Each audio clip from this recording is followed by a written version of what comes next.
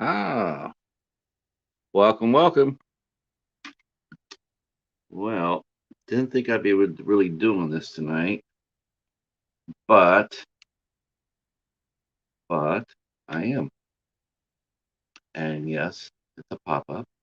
That's what else you expect from me, right? Okay. Let me turn everything down, and let me bring my page up, and then I know I'm alive. Then I can see who's in the chat. If anybody wants to hang out with me, all that other stuff. Who knows? Okay, I said good morning. It's actually good afternoon. But that's good morning. Okay. Oh, I'm waiting for my news review to go up. Um, yeah, I'm starting to do a little bit more reviews a little bit more often. So today, partly inspired, partly because I already had this already picked out, so it's just partly. But the Night Watch Zone is doing martial arts. They're gonna do a martial arts series. I love chopsakis. I got a ton of them here. Not as much as my buddy Catfish. Catfish collects chopsakis, like he's got like binders full of them. I probably got maybe, gosh, I don't know, maybe 50, maybe 50, maybe a couple collections I got. Um, but I reviewed Master Z, Ip Man Legacy. This was a lot of fun. This was put out by Wellgo USA and stars Max Zhang, Dave Batista, the lovely Michelle Yeoh. Michelle Yeoh does not age. She is ageless. She must have made a deal with somebody because she is stone cold beautiful at her age. I think she's got to be in her early 60s. Um, I could be wrong. Uh, yeah, I think she's got to be the same age as. She's got to be about the same age as Cynthia Rothrock. I think Cynthia Rothrock is in her early 60s. Uh, maybe I'm wrong. Maybe she's younger than Cynthia. She is actually 58. Okay, so I wasn't too far behind, but she's still a knockout, and she still can fight like hell too. So, so I reviewed that, and the review should be going up momentarily. It's uploading even as I speak. Um, yeah, I just wanted to come up here and do a little promo and give a couple of shout outs. And I'm doing an unboxing live here live. That's what I'm. In fact, we could do that right now. So I guess I just want to say that what's going to happen didn't have anything to do with what I did. With what I did, I did it for fun. I did it for because it needed to be done. But last week we had our second drive to get somebody past a number of subscribers. David's Horror and me and a small army pushed him way past. Uh, we just did it. Got up early in the morning and we knocked it out. And he is now well on his way to 400. Last thing I looked, I think he's at like 322, 323. So he's on his way. Well, it seems like I came home last night and there was a box on my doorstep. So I picked it up and I found this sitting in a Amazon box. So I actually had no idea. I absolutely had no idea. I picked it up and went like because I hadn't ordered anything. Um, I had ordered a Friday the 13th box set, but for some reason I don't think my order went through. I don't think it went through. I don't know. I must have missed a step. The more I think about it, the more I think I'm like, I don't think I went. I don't think I processed. So this is sitting on there in an Amazon box. Amazon box. Yay. So I was sitting there going like I have no idea who would send me anything about my birthday or anything else like that. So I open up the card and the card says Thanks so much for helping me surpass the 300 subscribers milestone. From David and Sam. So, as anybody knows, David Horror, whenever we watch him on the Coast to Coast live stream, you know that right behind him, overlooking his shoulder, is a Sam figure. Before he had a bigger one, like I don't know, like 3 feet tall, and it would be like looking over his shoulder as he's sitting there doing the show. That figure had to be put aside because they moved, so he couldn't have the big Sam. So he has a small Sam, which still is over his shoulder. Best background. So anyway, that's how I see David and Sam. So I got this. I have no idea what's in it. So I said I was going to film a video of it, but I thought, you know what did I do this live and do it impromptu? Because, and pop-up streams are always the best, right? So I have no idea what this is. It isn't a big bag. It could be a cheetah.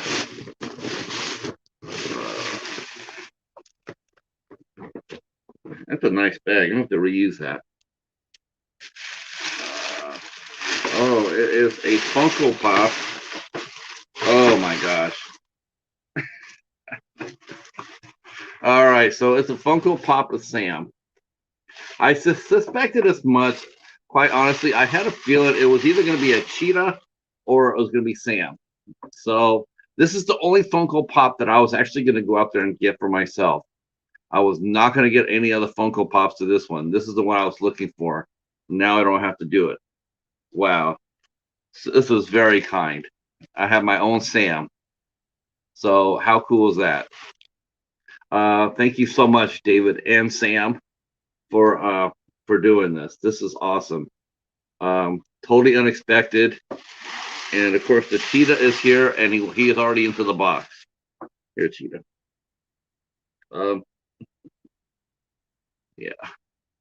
You can't do wrapping paper around a cheetah. Wow, this is amazing. Thank you so much, David. Yeah, isn't this badass or what? So yeah, so I got another figure. This is the only one I really truly wanted. I wanted the Sam. Everything else is just gravy, and I got a Sam. So yeah, I'm tickled.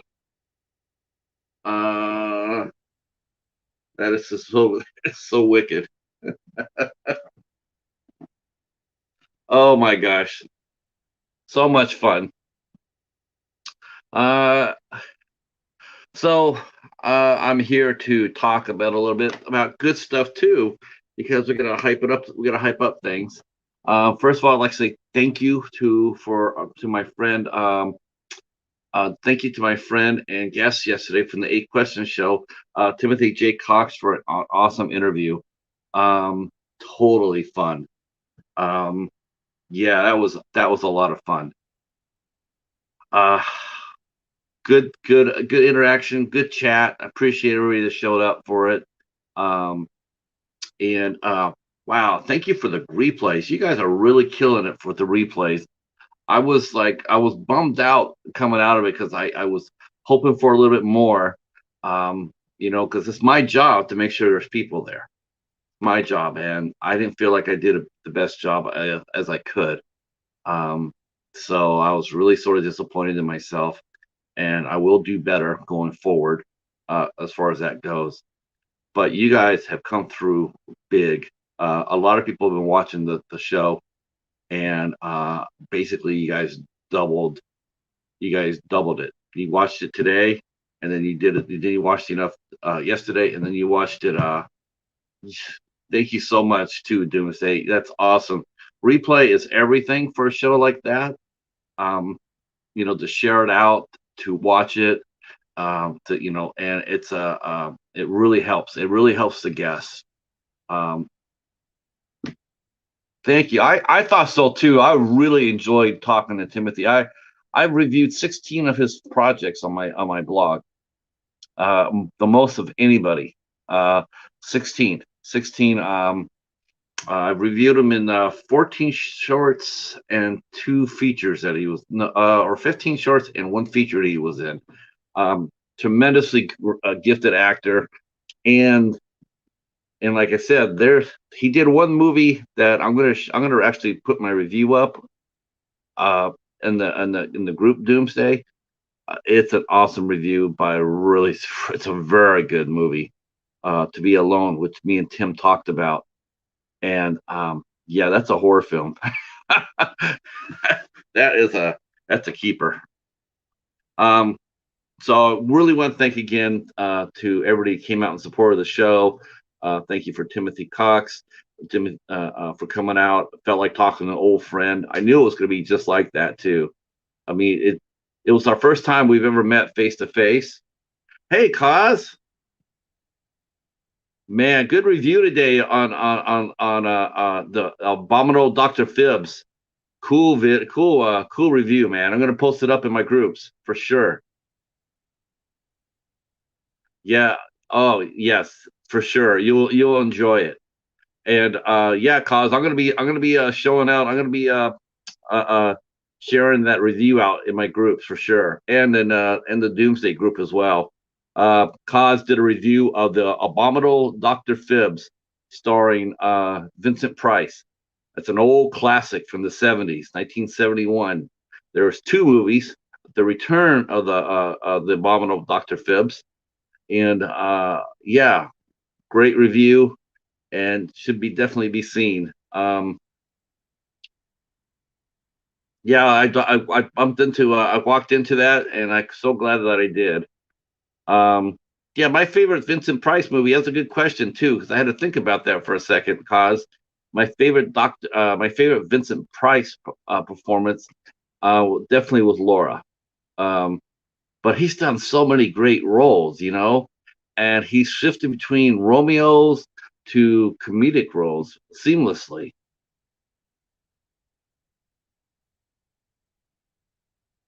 Oh, is it Flibs? Phoebes?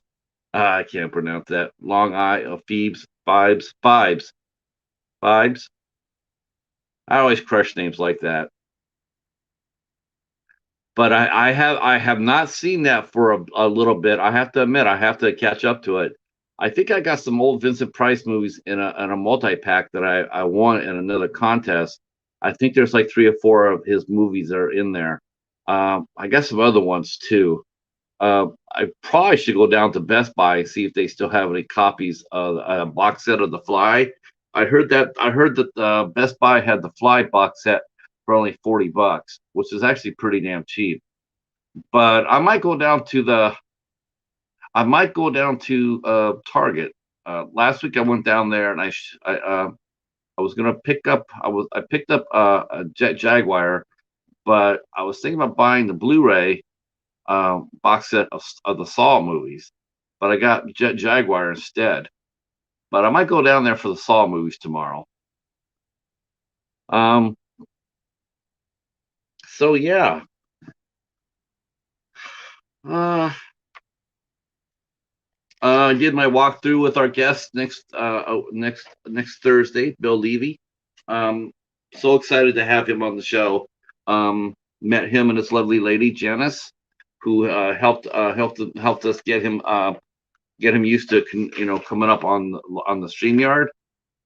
It's can be a little tricky, but he and she managed to crush it. So I am so happy that we'll be having him on the show next Thursday. Yeah, I'm moving the dates of the show from just strictly Wednesday. Now it's going to be probably Tuesday through Thursday. Um, I have a director's week coming up for 8 questions with, and that's going to be the week of July 20th. I have Dees Muse, director of Molly and co-director of Molly and Kill Mode. I have Michael Cassie, who directed Hunter's Moon and Hangman, and Christopher Moore, who directed Triggered and Animosity. That's now being re-released on Wild Eye, and he is making a movie called Children of Sin. Oh, you emailed me. Oh, sweet. Okay, yeah, I'll take a look at it. Thank you. You must have went to the blog. That's awesome. Um, I hope you liked it. Let's see. So, um, and of course, we got this Sunday going on here. We got yeah, I heard that's awesome. I might be checking it out early next week. Oh, yeah, that's a good review too, John. Causes review, very good. Um, we got to get him. We got to get him more of an audience. He works very hard at his reviews, and definitely want to showcase them off. Charles, that's outstanding. I heard that Werewolf Within is actually a kick-ass movie, and it is playing by me. I might even go tomorrow. I might go tomorrow afternoon to see it. I think I'm going to venture. I think I'm going to venture out to the. This will be the first time I've gone to the theater since I saw It Part Two. It Part Two was the last time I actually went to the theater. I missed all the Marvel movies. I missed all the Marvel movies. I missed all the Spider-Man movies. I missed Venom. Um, yeah, I missed them all. The last movie I saw at the theater was It Part Two. Basically because the turnaround's so fast. As soon as they come out of as soon as they come out of the theater, it used to be 90 days. Now it's down to like 40, 45 days. They're being home released. Um, so yeah. Uh, Speaking of Doomsday, since he's here, I want to bring some attention to him as well, because he is going to be doing. He's going to be the first person. Well, actually, take it back. He's going to be the second person in the community to work a convention. The first person was Angela from Morbid Heart Designs, and she has been doing a lot of conventions. I think this is her third one or a street fair she's done. So that's awesome. But as far as a full-fledged convention, John will be the second person to do it. So that is really good, cool.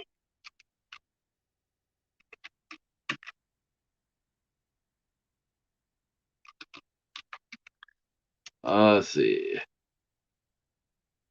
So I want to bring up his page and let people know that they need to come by and say hi to him. Wow, I did not even see that, John. I did not even. I wasn't even paying. Yeah, you blitzed past 600. Well, I'll be damned. There you go, brother. You're flying.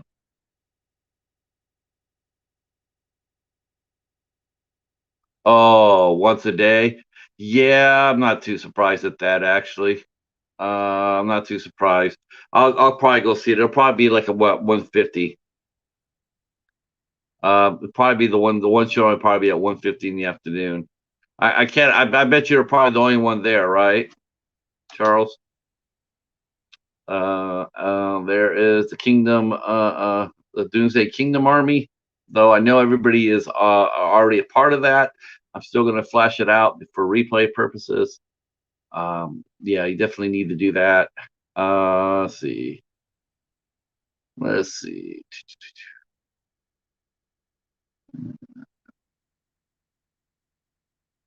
And that's not all we'll do. We'll flash this out too. This is the Instagram page for Doomsday Army. So there's something. Here's a new connection right there. You want to follow 850 at Canton tomorrow. Wow. Well, you know what? I would think so, Charles. I would like to think that there's some well informed and knowledgeable movie fans that appreciate fine quality cinema that is ISC instead of the slappies who just follow the trends. And when A24 shows up, they just blindly follow and follow. Boy, sounds like having a complex, doesn't it? 850. Yeah, I could do that. I could do that. I could do that. I'm not really happy driving at night anymore. I have to get better headlights on my car. But I'm glad a lot of people showed up for it. That's cool. I hope Imagine does that now. I don't know. I don't know if that's the first IFC movie they've shown. No, I take it back. Well, I don't know. I don't know. It might be the first IFC I think I've seen. I'm not sure if they showed Relic or The Wretched or Swallow. I know all three of those movies got really big play last year nationwide, but I'm not sure if they played here at all. I think our theaters were still closed when that happened, so I would sit there and say no to that. Um, and of course, we got the Kingdom Army Room, uh, which we need to share that out too because that's badass right there. Uh, there's over 770, over 770 members strong so far in the group, and wow, cool. So there you go, John. You got 100. You got your 100th Instagram follower right there in Cause. That's outstanding. Thank you so much, Cause. Here is the Facebook group. I don't know if you have a Facebook or not, Cause. If you do, definitely like to connect with you there too and bring you into the group so people can find out when you do your reviews. Though I'm very happy to share it. Very happy to share it. Yep. So yeah, congratulations on hitting 600, Doom. That's awesome, man. That's rocking. Well, you know how we do. You know how we do it here at Have Cheetah Will View. It's all about the love and support, right? Um, yeah, I'm really excited for next Thursday. I'm telling you, I moved that. Like I said, I'm moving the interviews to Tuesdays through Thursdays, and for next week, man, I'm really excited for Bill Levy. If you guys like westerns on any level, if you guys like westerns on any level, whether it be Unforgiven, the spaghetti westerns, the funds from the '60s, How the West Was Won, the Italian, the spaghetti westerns, the the classic series from the '50s and '60s. Bill Levy knows it. He knows it, and he's going to be here, and we're going to hear about some stories. Oh, no problem. No problem. Um, yeah, I definitely wanted to share out you Doomsday for sure. Uh, uh, you're like I said, you're going to be actually the second official community member I know that's gone to a convention after Angela. So you'll be the first one to do at least in our area. Crypticon in Kansas City, and let me bring that action up too because we need to talk about that. Oh, Crypticon.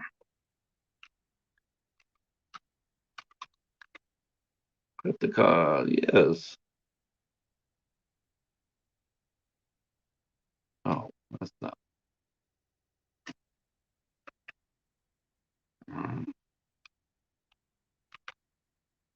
Crypticon, yes, that's what I want. All right. So the Kansas City Crypticon, where Doomsday Army is invading, is celebrating its 10th year this year. Um, that's a good milestone. Uh, yes, big Western guy. Me too. Like I said, uh,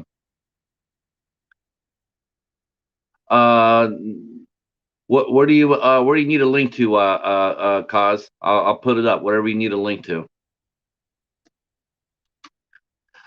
So there's the Crypticon information. If you guys are in Kansas City on in July and July 16th through the 18th, well, you guys need to show up and support Doomsday Army because they will be there. They will be there for the show. Um, that's gonna be pretty exciting. There's some great guests. Um, let's see who the guests are. I'll date some of the guests on here. It's an amazing little lineup here.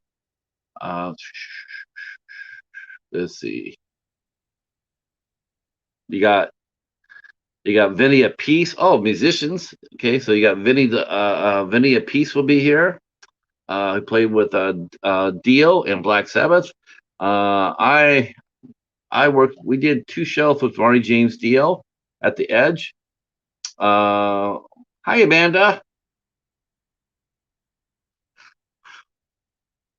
We are just talking. We're talking conventions. Doomsday Kingdom Army John. He is going to. He's going to work a convention. He is going to attend a convention as a vendor. So we were talking about that. He's going to be our second community member to actually work a convention after Angela from Morbid Heart Designs. So that's exciting news for us because obviously we just don't know how it's going to work out, how it's going to look. So very excited. The guests for the Kansas City Crypticon look outstanding. Like I said, Vinny Appice from a Dio and Black Sabbath. You got D Wallace, the mighty D Wallace, horror icon. You got Taylor Maine, Scout Compton, and Christina Klebe from Rob Zombie's Halloween, and X-Men and Troy. Michael Biehn will be there from Terminator and from Tombstone and from the Magnificent Seven. The Magnificent Seven, which is my favorite modern cowboy. That was my favorite Michael Biehn performance, by the way. Everybody loves him in Terminator. Everybody loves him in Tombstone, Aliens, The Abyss. I loved him in Magnificent Seven. He was so badass in that show.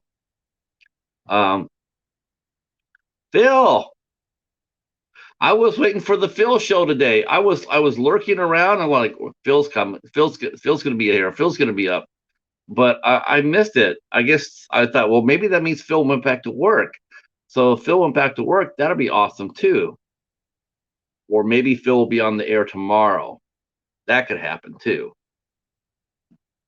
Um, oh, so I got to show off to the new folks. I got to show this off. So I got a gift. Actually, I'm sharing this with all you that was here last week to help me push David past 300. Well, David showed his gratitude, and he sent me a Sam figure. This is the only figure that I really wanted. I really figures just not me really, but this is the only one I really wanted. I wanted a Sam. So David, it is very generous. He sent me a Sam figure. My shelving, my top shelving is starting to look. It started to look rather full.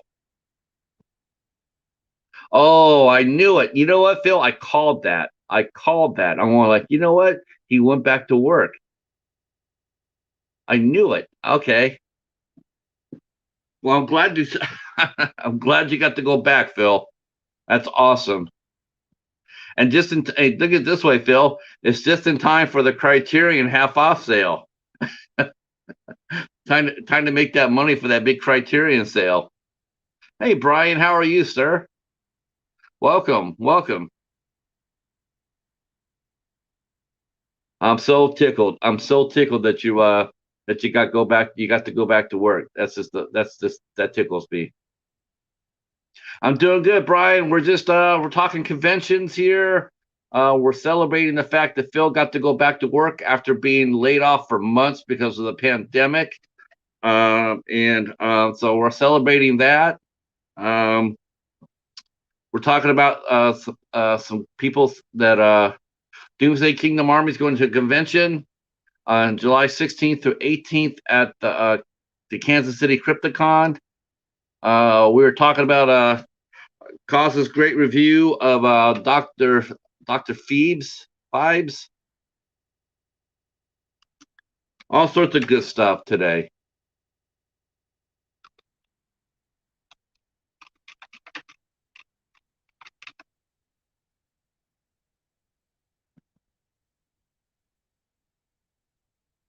Yeah, we're talking about all sorts of good stuff. Uh, we all right. Okay, you're the third. You are now the third member in the community that is doing a convention. That is outstanding.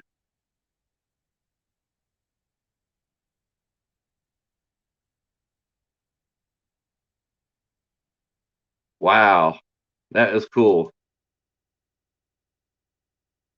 Okay, I'm gonna throw causes stuff up here because you just never know.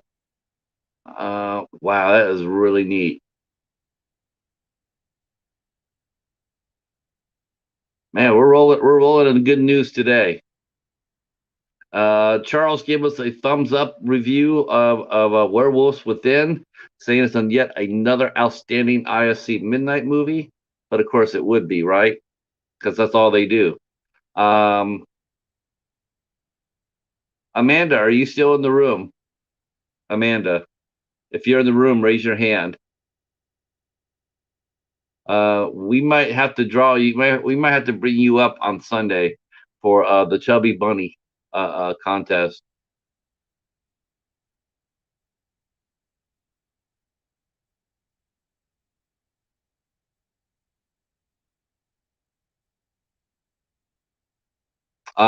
Where is your convention going to be at, Brian?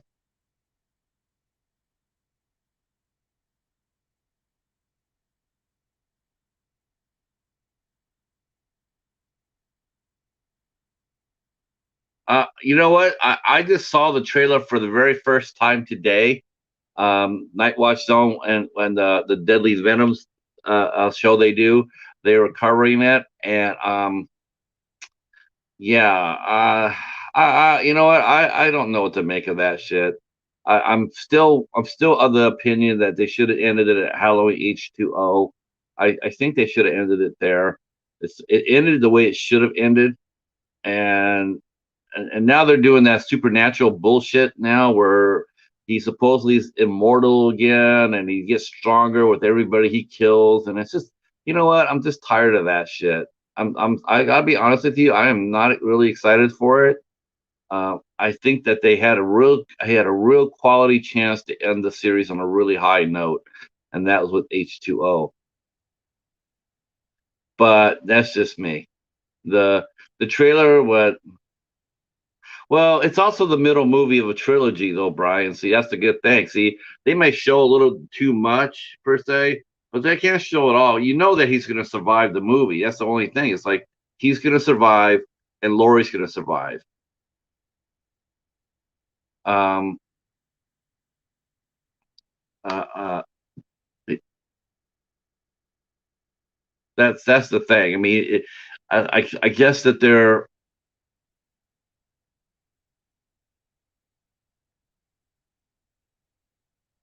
Yeah, they really should have ended it there. They really, truly did. They had a golden opportunity to end it there. But now that they brought him back and made him like a supernatural killer, it's like, what's the point? You can't kill him. So what's the whole damn point of the movie? That's the bad thing when you have a supernatural killer is that no, you can't stop him. You can never stop. It never works. Uh, Jason Voorhees always comes back. Freddy always comes back. You know it's going to happen. Now when an entity is supposed to be supernatural by design, like a Candyman or Candyman or Death in the Final Destination series or whatnot, that's one thing because that's who they are. But Michael Myers was a human being. He was a little boy, he killed his sister. How the hell did he become supernatural and unkillable and all that other bullshit?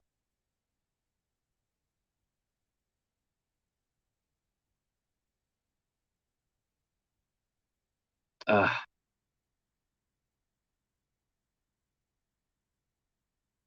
yeah. So I guess they're supposed to be having a lot of kills though in it. I guess that's what everybody's really excited about is the fact that they're supposed to be like he's supposed to go on a massive killing rampage and kill everybody, like 30 or 40 kills. And again, I ask why. Why? I mean, that's one thing. That's one thing. That's one thing I will say about Michael Myers. In a sense, they. Yeah, I guess. I guess. I mean, what are they going to do? Find out that his weakness is Achilles' heel. Is if you hit him, if you shoot him in Achilles tendon, that'll cause him to become mortal again. Oh, I think. Wait a minute. I think they already did that. Um.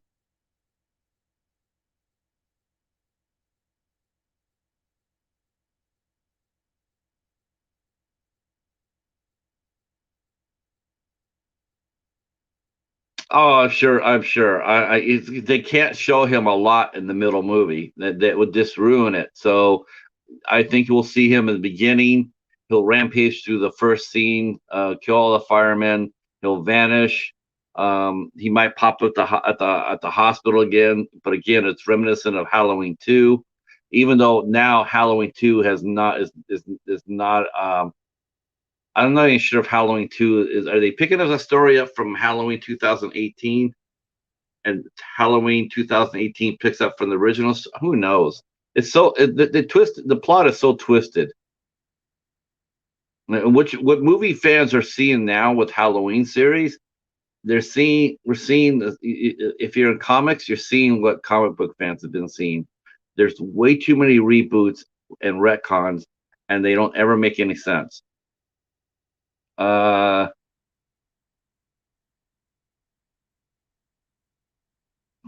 oh, don't ruin it for anybody, Brian. No, no, let's not do that. Let's not do that. No, I don't want to ruin it for anybody. Um, No, that wouldn't be. Yeah, we'll save that for a surprise. October is just around the corner. It's not. It's going to be here really fast. I admit I am more excited for. I'm more excited for Candyman. That I'm really excited for. I think that's going to be so cool. Oh, sure, everybody's going to want to see Halloween. Any Halloween fans are going to really be interested into it, and they're not going to show a lot of Michael in it. They're going to save that for Halloween ends.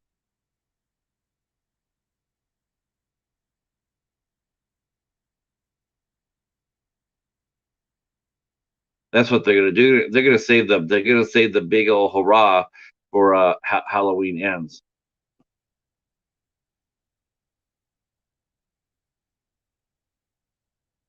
All right, let me I'm gonna go inside here and fix this real quick.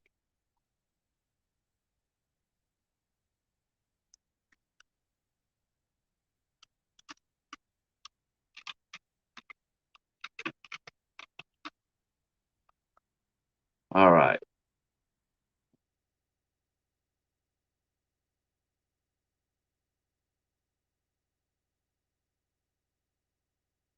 All right. Yeah. Yeah, that's what we'll do.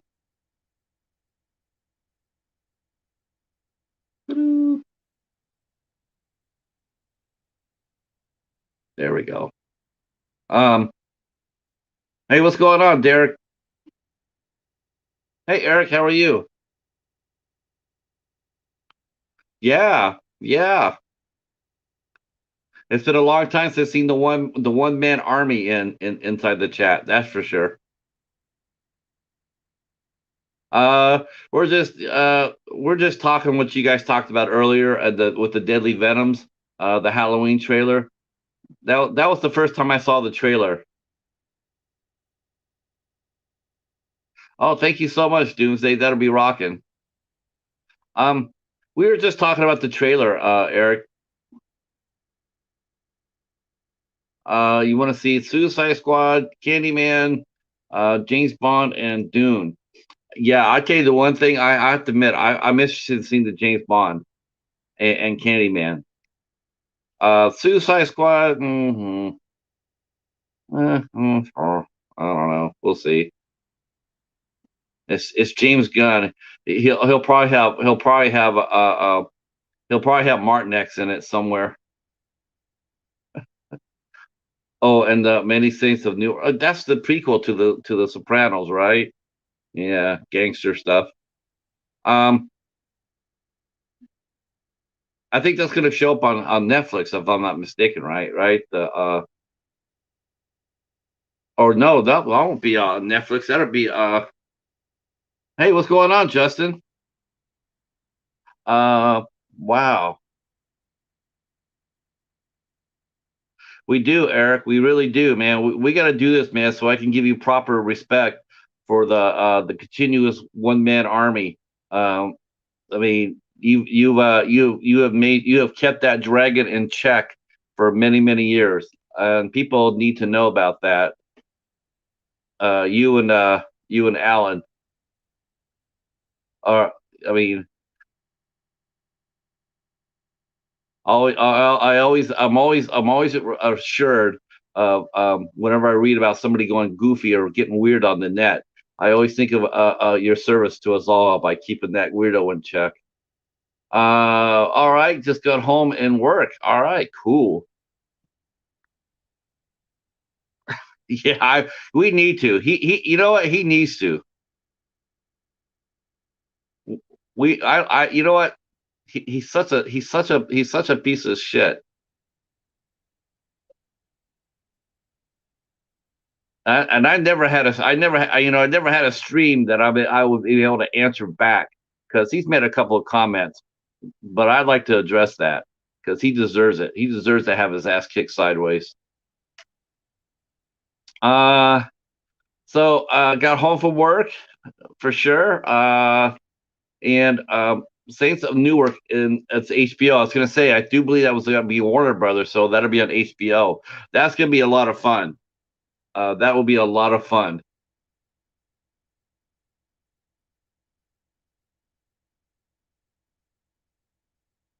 All right, so so I have a question for you. I have a question for you in the chat. Let's say there's a person, right? And they want to interview somebody else. Okay. Now, interview is generally works for both sides, right? Like one side does the interview, and the other person gets the answers to the interview, and they both benefit from the interview, right? They both benefit. That's the goal. That's the reason why we do this. Now, that being said, if you were approached by somebody who wanted to do an interview with you, they wanted to come talk to you, but they had nothing to bring to the party. I mean, they couldn't do anything at all to help you. They couldn't do anything at all to help you. Would you still do an interview with them or would you pass?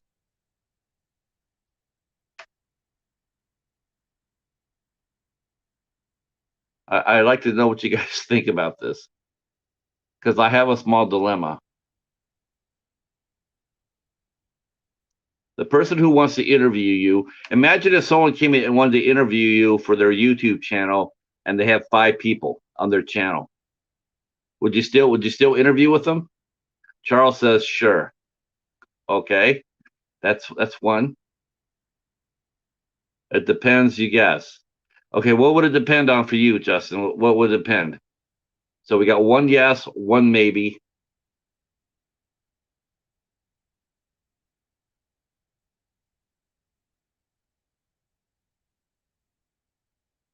Uh oh, you would do it. Okay, so that's 2 yes. So you do okay, so the person only has 5 followers and you still would do it for him. Okay.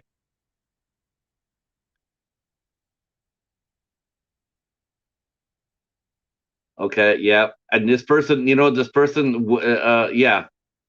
Yep. Okay. I just had to find out. I have to find this out.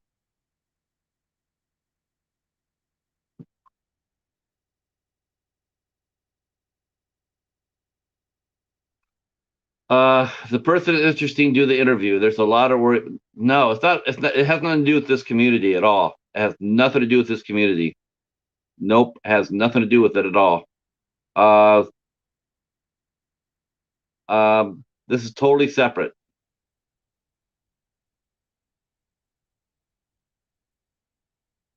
I'm a firm believer that I always want the other person to benefit from an interview. If I'm doing an interview with them, I want them to benefit from it. I want to give them something for it, you know. And I'm in a position where I could do an interview, but I bring in nothing to the party. It's totally just it's only going to benefit me, and I'm not really comfortable with that.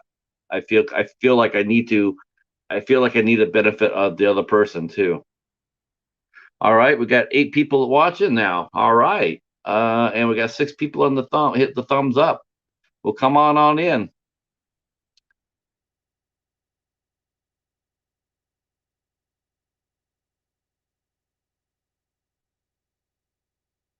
Yeah. Okay. All right. I just wanted to know what you guys thought. I mean, like I, that's all. I just want to see what you guys would do in that situation. And it has nothing to do with our community, Derek. It has nothing to do with that at all. It's totally separate. Okay. Yeah, that's true.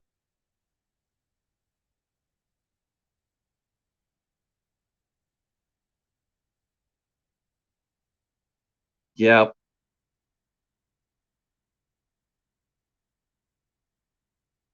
I would be. I'll be honest with you. I would feel so much more comfortable if I had like twice as many subscribers if went to do this. But at the same time, I can't. I just feel like if I got an opportunity to do it now, I should do it now. I my brain says to wait, but my heart says to do it now. Get a chance to get an interview like this to do it now. My head says I should wait to do it when I have a bigger audience.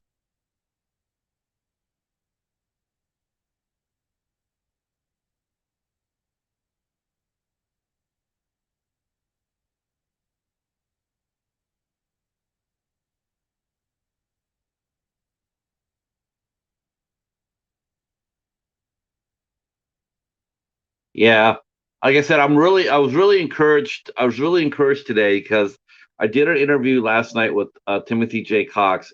He's a fine character actor, and I've known him for years. And I've actually reviewed his movies. I've reviewed more of his movies than anybody else on my blog. And I mean, I just felt like I didn't do a good job as I could have in promoting it. I thought I did, but I mean, obviously I didn't. Um, Yeah, that's exactly. I'm gonna take it now. I'm gonna go after it. Um, but I came out of it out of my interview. It was on a little bit on the low side, but I was blown away with the replay response. I doubled my views in one day. It was awesome. I'm so happy. Yeah, that's for sure. I am rather rough on myself for doing that. I want the best, and I want the best for the other people I work with, I just want them to succeed. Justin knows that. Um, Charles knows that. I mean, you guys know that. I'm all about. I just feel like if one succeeds, we all succeeds. That's why I always put stronger together. If I can raise you up, then I'm gonna, it's gonna only make me stronger.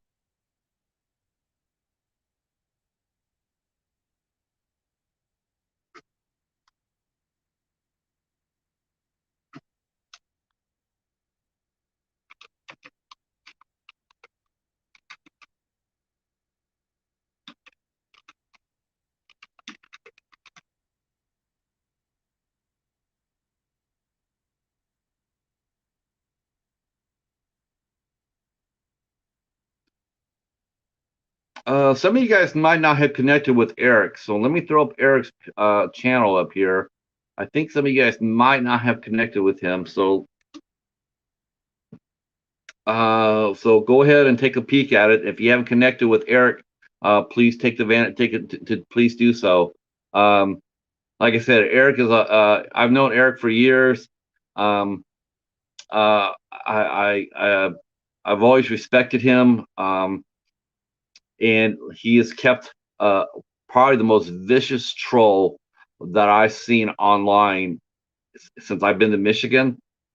He's kept the most vicious troll online in check for what 5 6 years, 5 6 7 years now, and I have nothing but respect for that.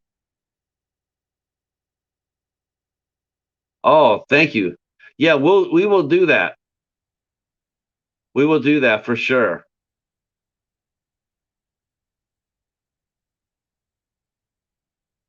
Okay, just just remember, don't use that S word, Justin. We don't use the S word. Got to use the connection word. But yeah, yeah, you have. Yeah, he can't turn. He can't turn around. He can't. He could be on the toilet taking a shit and turn around and see you be there handing on the toilet paper. You are a permanent fixture in his head, and that's awesome. Uh, oh, Captain, my Captain. Yes, yes.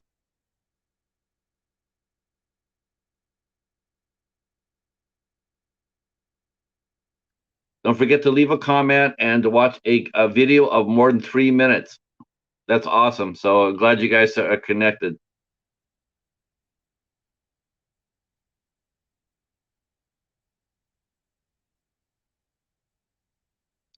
We see what else we got going on here. I got to like, this Sunday.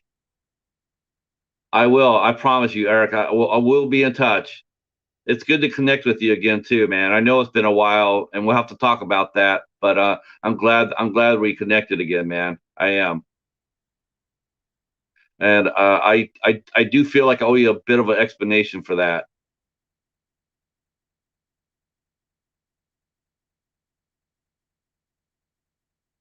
Let's see. Uh, so this Sunday, don't forget this Sunday on the Midnight Hour. It's July for Jen, and we're raising uh, um, movies. We're getting movies for Jennifer.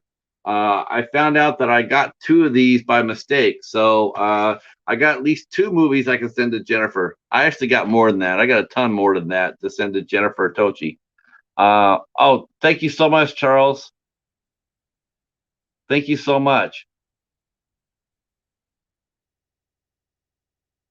Um, so we got so that's gonna happen. I was hoping to catch Amanda before she left because I was gonna invite her up and to do the marshmallow challenge. We're supposed to be doing a marshmallow challenge this Sunday. I'm not sure if that's gonna happen. I need at least two other people to jump online with me to do this challenge. So if anybody wants to do a marshmallow challenge, the Chubby Bunny challenge, if anybody wants to do it, raise your hand. I'll make sure I'll put you onto the stream, and we're gonna do that. Um, so that'll be fun. And again, we're raising movies for Jennifer Tochi. Um, anybody who's been around the Coast to Coast stream, the Super Slash Bros stream, um, our stream, the Midnight Hour stream, and actually yesterday she hung out with us for the 8 questions stream. So Jennifer Tochi's making her way around, and but she lost all her movies in a flood. So we are trying to help her repair her collection that was destroyed. The challenge is you get marshmallows. You get a marshmallow. You put it inside your mouth, and then you say "chubby bunny," chubby bunny. So, and then you have to hold on to the marshmallow. Then you have to put another marshmallow, and you have to say "chubby bunny." It's when you cannot say "chubby bunny" or you cannot fit another marshmallow in your mouth that you lose. So the last person standing, and then you keep saying "chubby bunny." Justin, you'd be a natural for this. You'd be a natural. Of course, what I really like to get to do this would be Papa. Papa would be. Maybe we talk about Papa. Maybe he'd be like Candyman. Um, yeah. Let's. Well, you know what? Let's try something. Let's try something. This might work. Okay. We'll see if this works. We'll see if Papa pops up here pretty soon.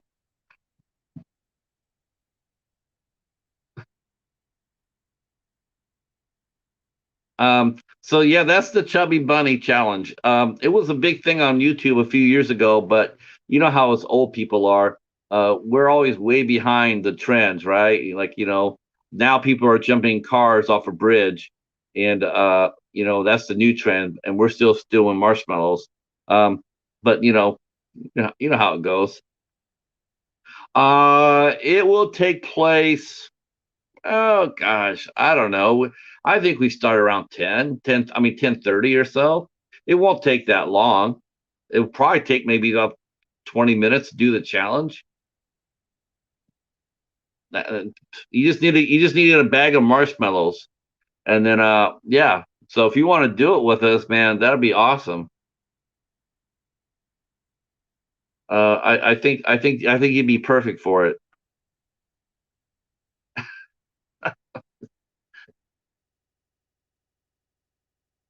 Yeah, I don't think we're gonna have I don't Vincent's not gonna be back yet. From vacation, and I don't think Boom's going to be able to make it either.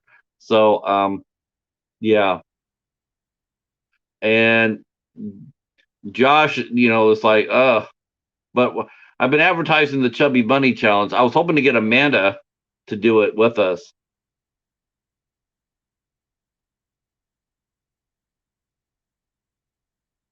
Yeah, yeah, that'd be fine. You could even pray before you come home that you're able to do it. You could ask God for a miracle to win. I mean, if he gives Joel Olstein a big ass house, then I'm sure he can make you let. He could probably let you win a Chubby Bunny challenge.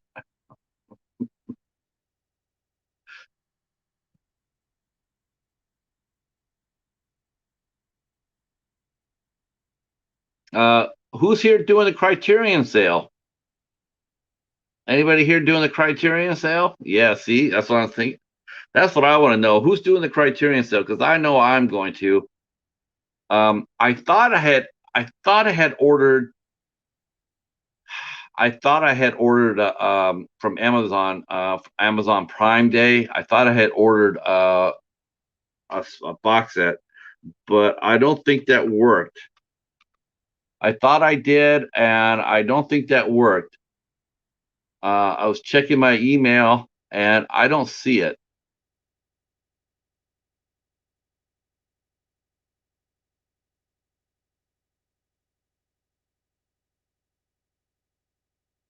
See, it should have been here by yeah,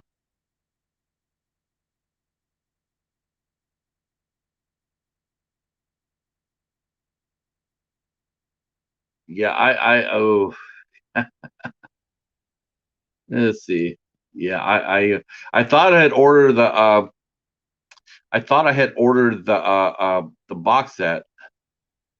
Oh, wait a minute. Oh, nope, nope, I didn't. So it didn't come through. That didn't happen for me. I thought I ordered the Scream Factory Friday the 13th box set, but for some reason it didn't go through. And I sort of knew that. Uh, oh, no, no, no problem. No problem. That's why replay's for, cause. Uh, so I know I missed out on the Friday the 13th or the yeah, uh, Friday the 13th box set from Scream Factory, but that means I just have a little bit more money for the Criterion sale, which is a half off sale. So I think I might be getting the Godzilla set. I'm think I'm going to be making a trip down to Barnes and Noble and seeing if they have it, and then I'm going down there with all my gift cards to get it because it's half price. That means it'll be about $75,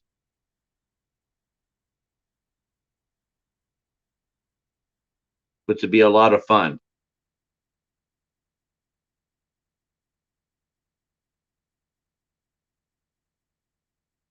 Um, I'm not sure what we're doing on the midnight hour on the 11th and the 18th. I'm not sure what's going on with that. We might be free flying.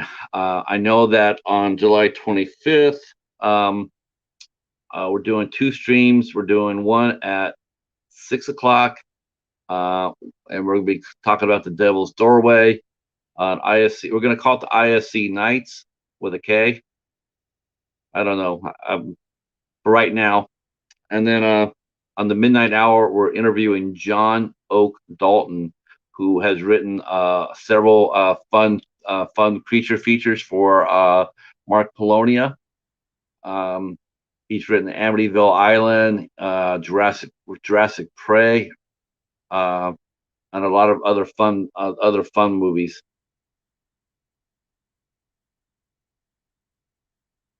Let's see.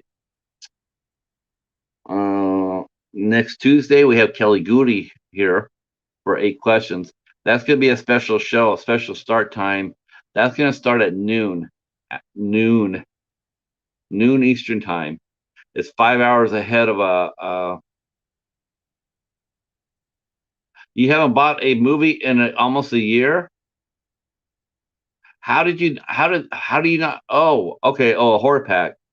Now, is that because is it hard for you to go shopping, or is it because you have no room, or is it because you have all the movies already? Why haven't you bought a movie in almost a year?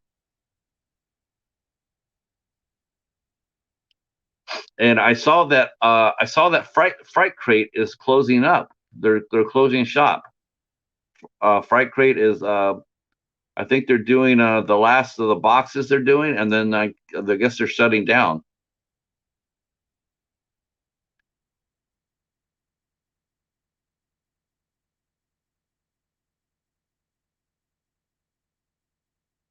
I saw someone's recent horror pack, and I was really rather underwhelmed by it. They had two movies that have been recently released at the Dollar Tree, and yeah, I was really shocked. I know the boxes cost like $25, but one box had a Killer Clowns from Outer Space on Blu-ray, and they had a movie on Shutter called Gwen, and that was two of the four DVD or Blu-rays they were showing, and both those DVDs you can get for $1 at the Dollar Tree. I wasn't really impressed with that. But what movies were in the horror? What movies were in the horror pack? Hopefully something good.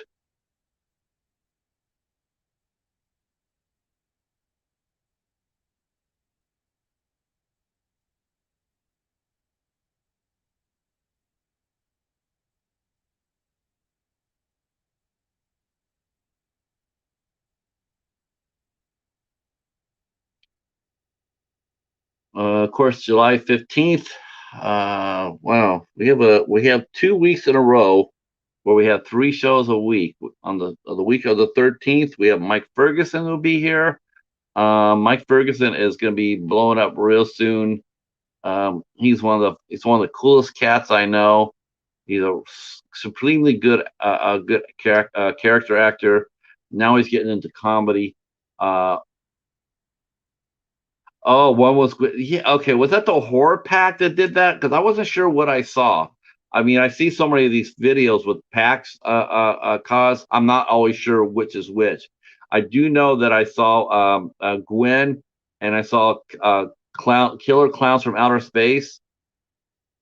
Uh, and I saw both them as both of the Blu-rays, and I was just really disappointed because both those have been out on the Dollar Tree for the last two waves. Um, I would do a horror pack. I would do a horror pack under one condition: they sent it to me for review. If they gave me one for free to review it and talk about the service, I would do that. Otherwise, I think they're a waste of time. That's just me. I mean, it all depends what you want to get out of it. I'm not really into the I'm not really into the pins or anything like that.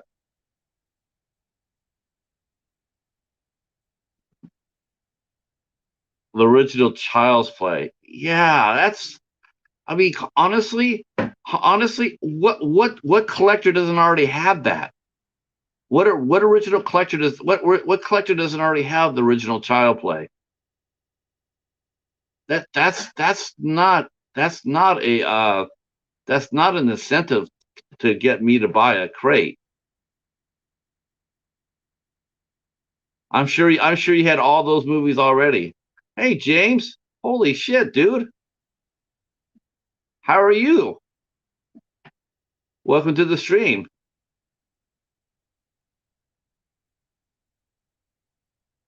James Guy is someone who I met through Kevin from Tuber Chat.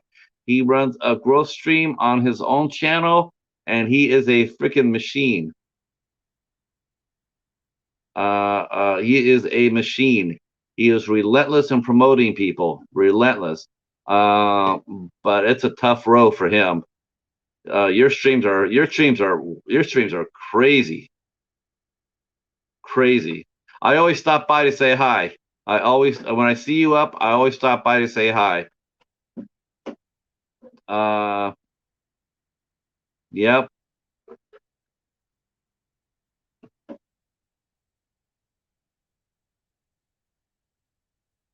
Yeah, you do a lot of good things, James, on your channel. You help out a lot of people. I see a lot of people there that are benefiting from your work. And yeah, and you know what? You should be able to benefit from that. I have no problem with that. You should be able to benefit from that. People shouldn't give you shit about it either.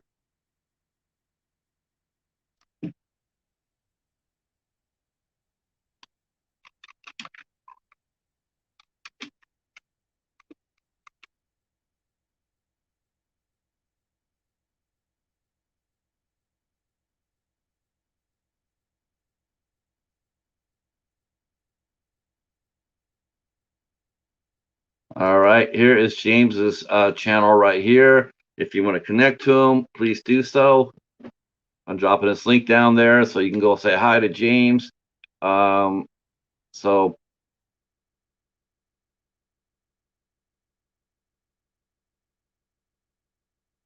he could always use a encouraging word. He helps out a lot of people trying to get their channels up and running. Um, so yep, and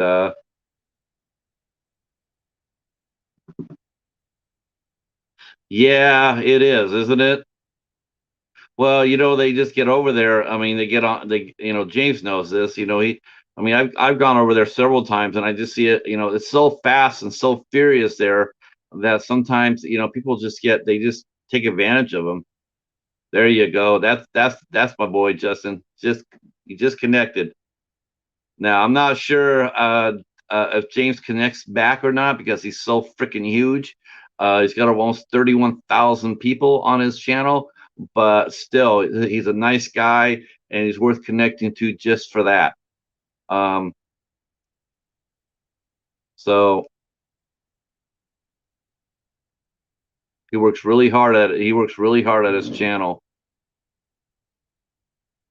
And a lot of people depend on him. I mean, he can't even take a day off. He has to go up at least a couple hours a day. He has to do it. People are on him like a rug. Are you going up? Are you going up? Are you going? And it's like, holy shit, dude, let the guy have a day off. You know, it's just freaking YouTube. It's not rocket science, but people are. It can be a little rugged out there. Yeah, I agree with you. Cause is yeah, I'm not really PC. I will definitely speak my mind. So that's one thing. That's one thing I'll say about me. I try to not go. I try not to hurt anybody's feelings, though. I really don't. I'm not. That's not what I'm here for. I'm not here to hurt anybody's feelings. I just like to have a good time. I like to build up other channels. Like talk movies, like talk about cats, talk football, that sort of thing. I'm here for fun.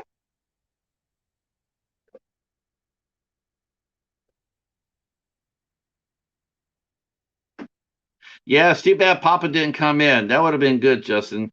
If Papa would have came in, man, we could have gave him shit about we could have gave him shit about Alabama's cushy schedule.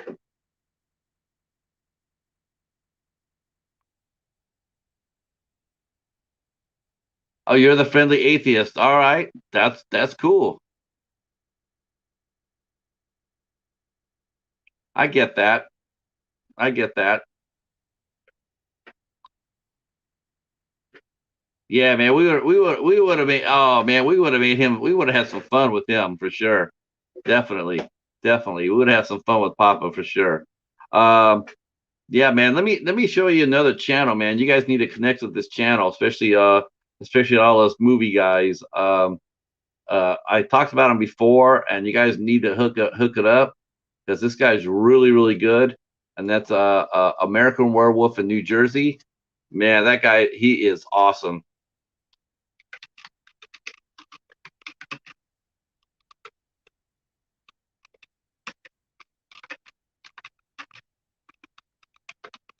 I watched his stream last night. He and his guests were talking about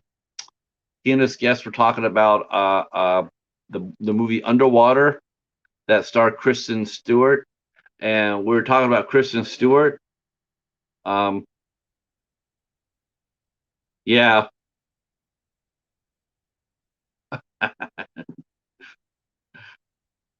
hate the Crimson Tide. Yeah, I get that. This is Werewolf's page right here. Um, he's definitely worth checking out. I watched the stream last night, and him and his guests were talking about Underwater, and we're talking about Kristen Stewart. Um, it seems like that. Oh, hey, David.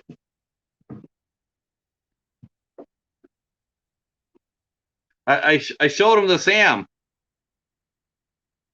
I showed him the Sam you sent us. I unboxed it earlier in the stream, so I got Sam. This is awesome. This is the one figure I really wanted.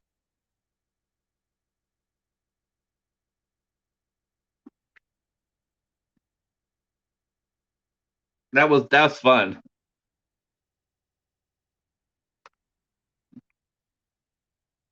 Yeah, I'm gonna have to do that. I'm gonna have to figure out how to stick him over my shoulder.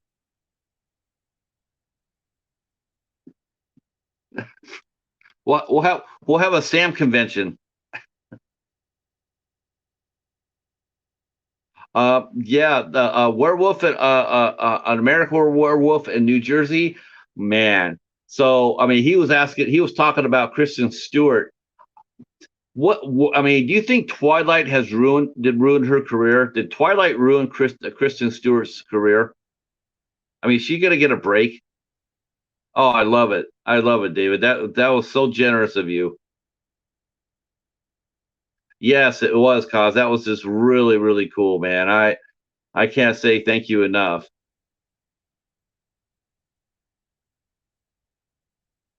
Oh, Sam's gonna go on the top. He's gonna go with the figures. He's gonna go on top of the shelf. He'll probably go right next to Brett or Jet Jaguar.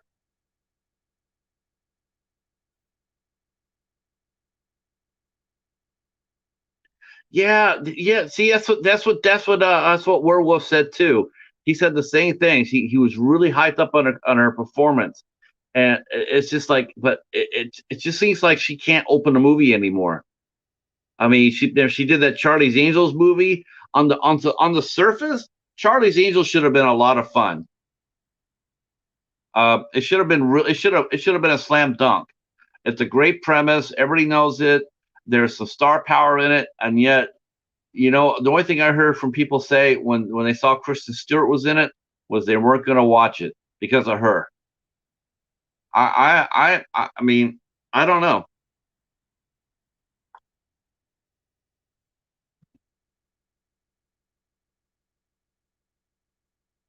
I just hope she gets another shot. I do. I think I don't know why. I just feel like she's been sort of like the public has already judged her. I mean, most of the movies that she does, they don't do very well at the box office. She does more independent movies than she does major studio. The Underwater sat on the shelf for 2 years before they released it. It was on the shelf for 2 years. They didn't release it because they had nowhere to put it. And then when they did release it, they released it in January, which is the worst month of the year to release a movie. It used to be August and September, but now it's July or January, and that's when they released Underwater. They just basically do a dump on January.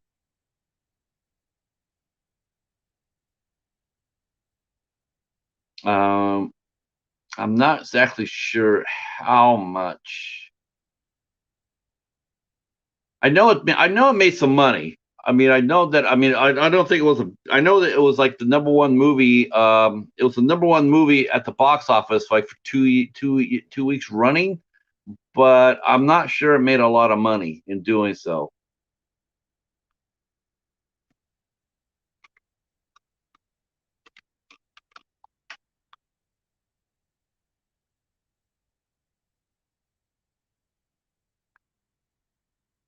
Yeah, it lost money. The budget was between 50 to 80 million dollars. I'm not sure if that included. I'm not sure if that included marketing or not, and it only made $41 million back.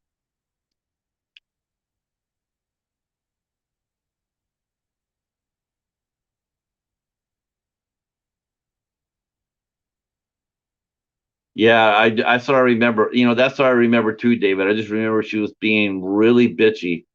She was flipping off everybody. She was just always, really ugly personality. Cause, please take care of yourself. And like I said, I'm going to be popping up your review of the abominable Dr. Phoebes, Fibes. Ugh. I'm going to be putting that up in the groups. And we will connect on Facebook too. I'll figure that out. Yeah, she really did, didn't she? She really did. I just remember that where she was flipping off all the reporters and whatnot, all the fans too. It just seemed like when she was going out with Pattinson, it was just like no one forced you to do that. That's what happens when you're in a really hot property like that. I just don't think she was mature enough for it.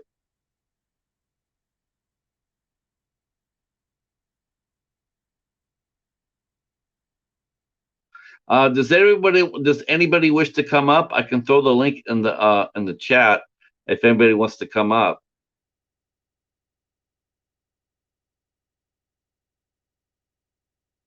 Let me do that, and I'll post it up.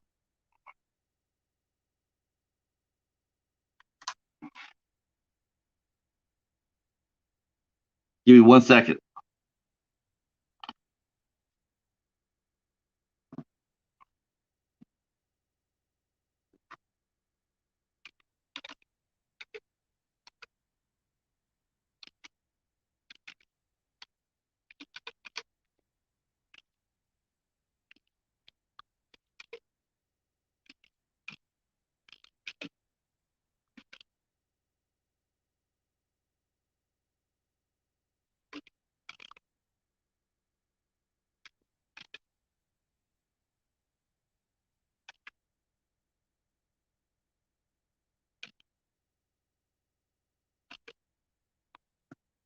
All right.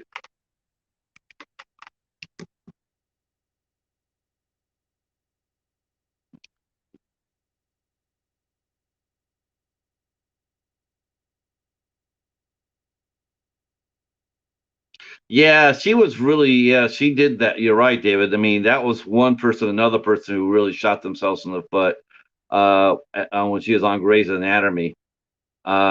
She thought she was actually the star of the show. She thought she was going to be bigger than that, and it sort of backfired on her, didn't it? Um, they try to put her in a lot of romantic comedies, but I don't really think any of them really. I don't know. I think they did some did well.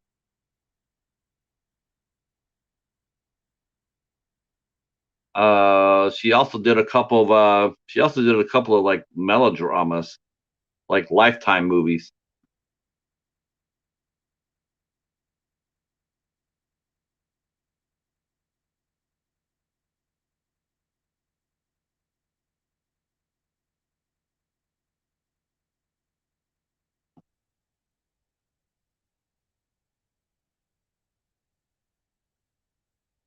Um, but she bounced back. I mean, she did a show. I think it was on the air, Madam Secretary. I think it was where I think she played like the president, a female president.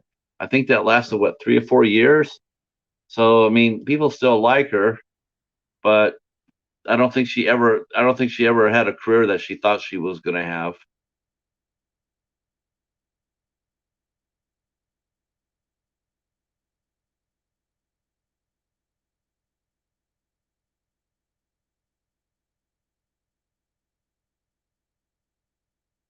Uh, they were talking about Halloween Kills earlier. I watched the trailer for the first time tonight on Night Watch though, and I watched it for the first time, and I I don't know, it just left me really feeling underwhelmed. All right, see who joins us.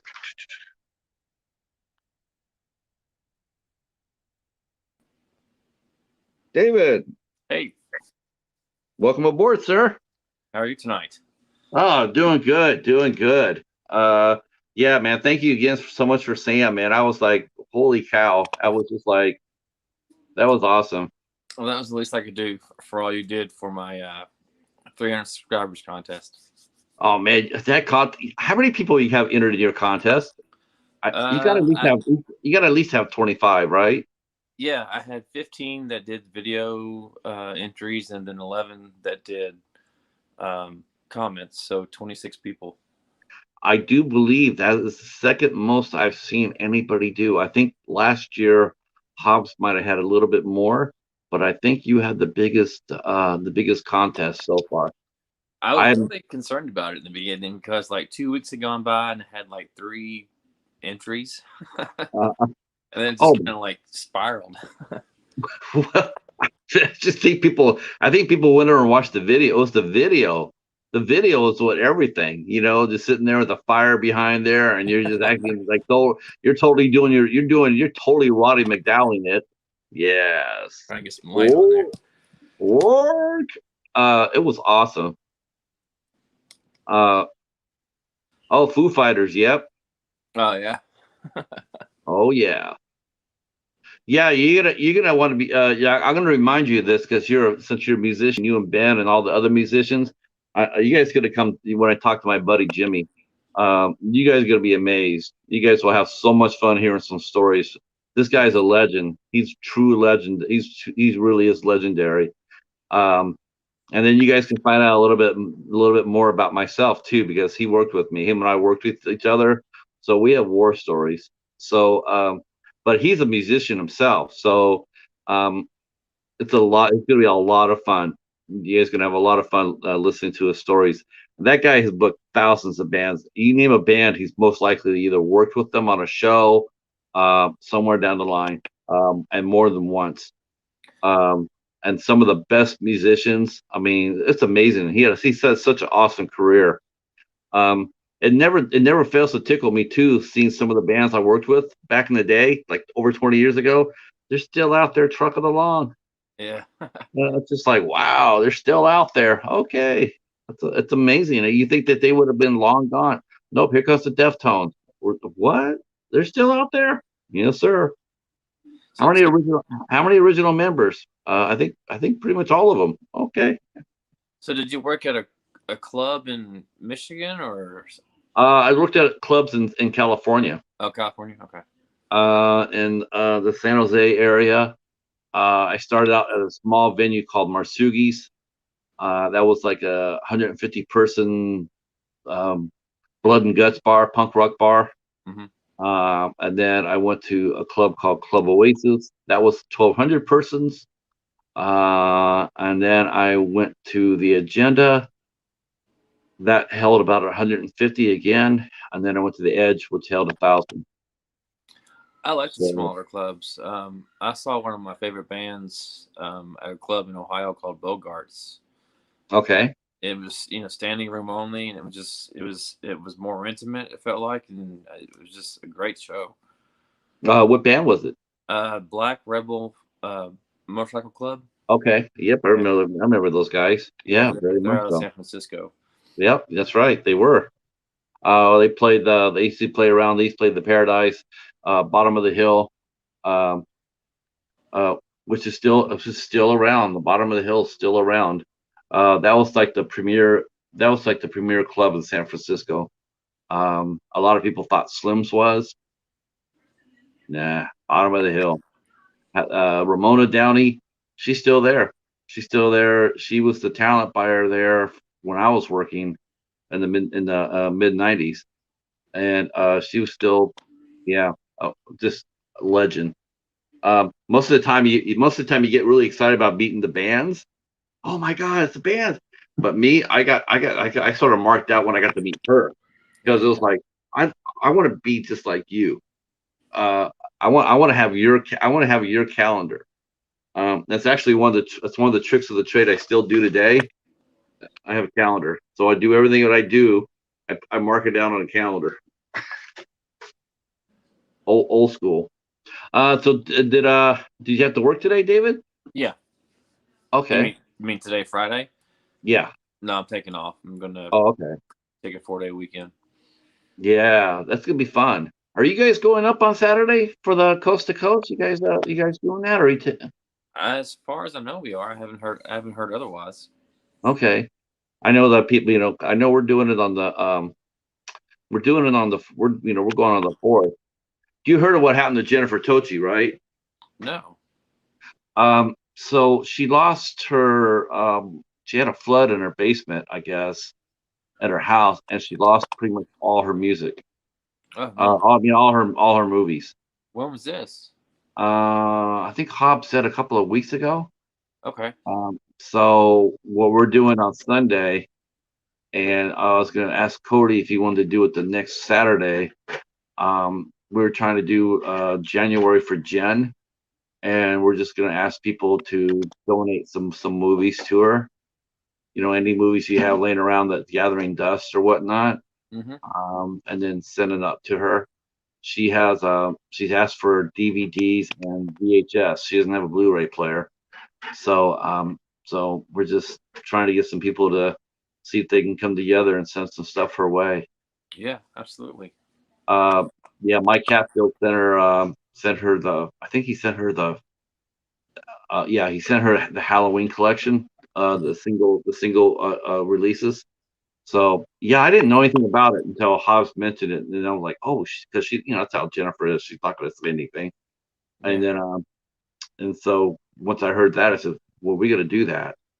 Yeah. So and then I said, well, if we could do the first show, and then we'll see if we can get Cody and Joe and from the Super Slash Bros into the mix too, and make it everybody could do a week.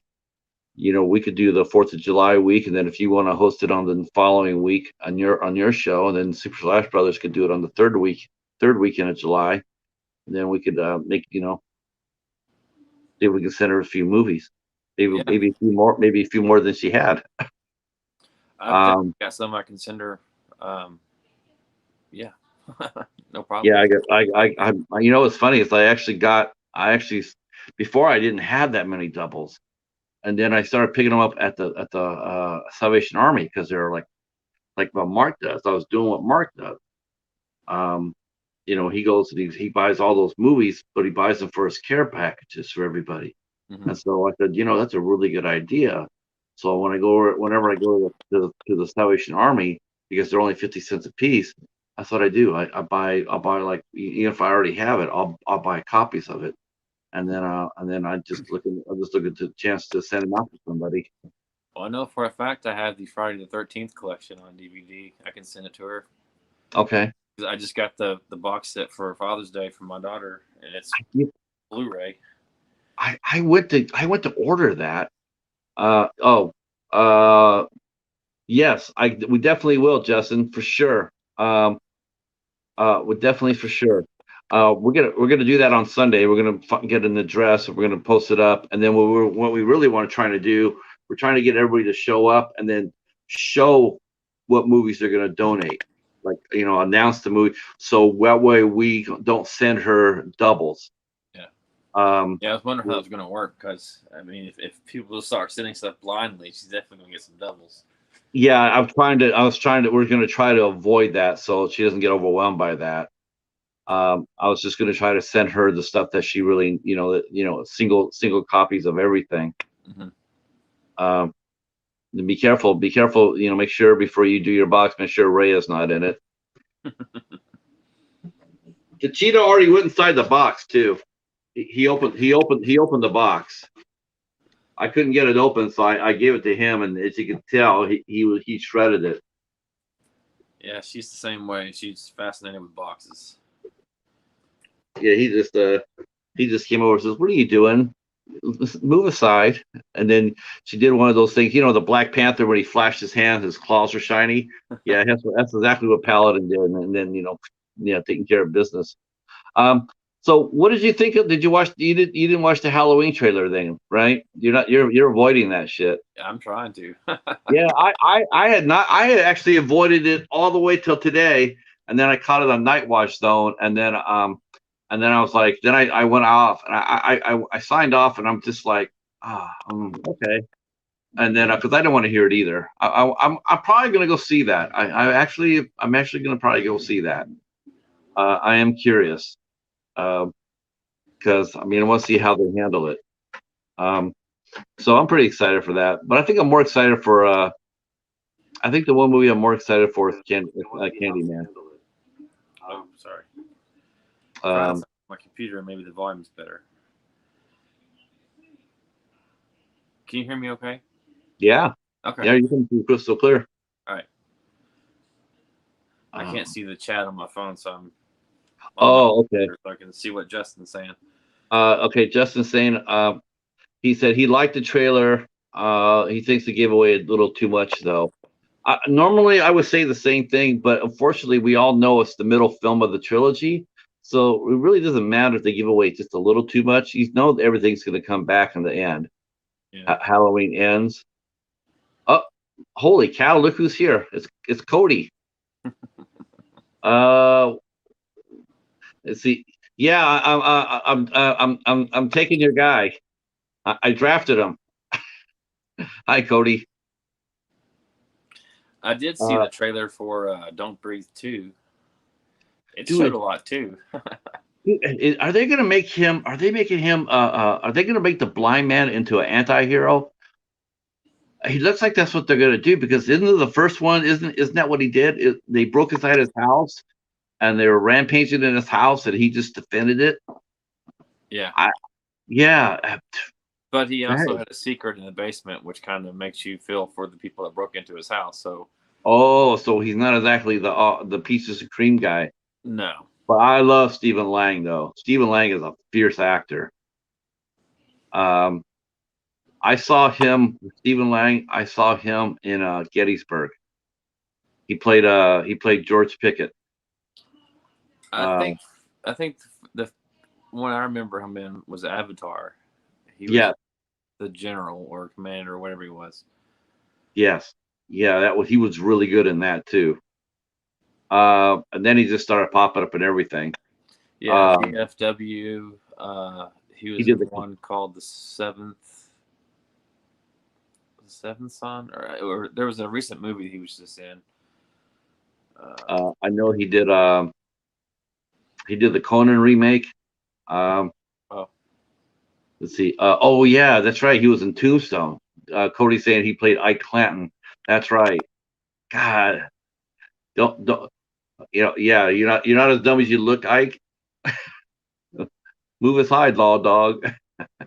Yeah, he was always running his mouth off in Tombstone. Yeah, God, he's a strong actor though, and I'm interested in seeing how they do with that Don't Breathe too. I saw him in a movie with what is it? Jason Momoa? Is that his name? Yeah, get Conan. Yeah, there was another one where he plays Jason Momoa's father. Yeah, Braven. Yeah, Braven. Yeah, that's the one. I actually have that. It was a good movie. I liked it. I just finished watching. I reviewed it on my channel. I haven't finished the editing part. Hobbs is here. He's throwing up pumpkins. And says, was I not invited to the party? When did this happen? We got pumpkins. You know what that means. We're doomed. Share the link. Yeah, well, the link is up. Yeah, let me go up there and do that.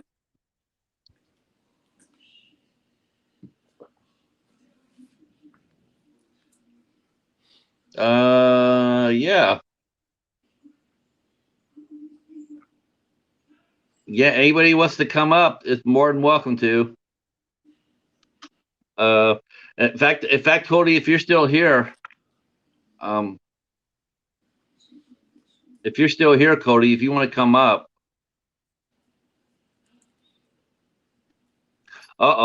Dave, I just put up a video bragging on your awesomeness. That's what Cody just said. Oh, what are you talking about? Oh, yeah. Oh, boy. Hey, Cody, you want to come up just for a couple of minutes? We have something to throw your way. Sweet. Now we can tell about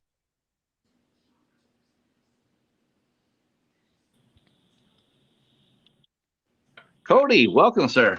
And my camera going the wrong way. Hey. Holy cow, look out.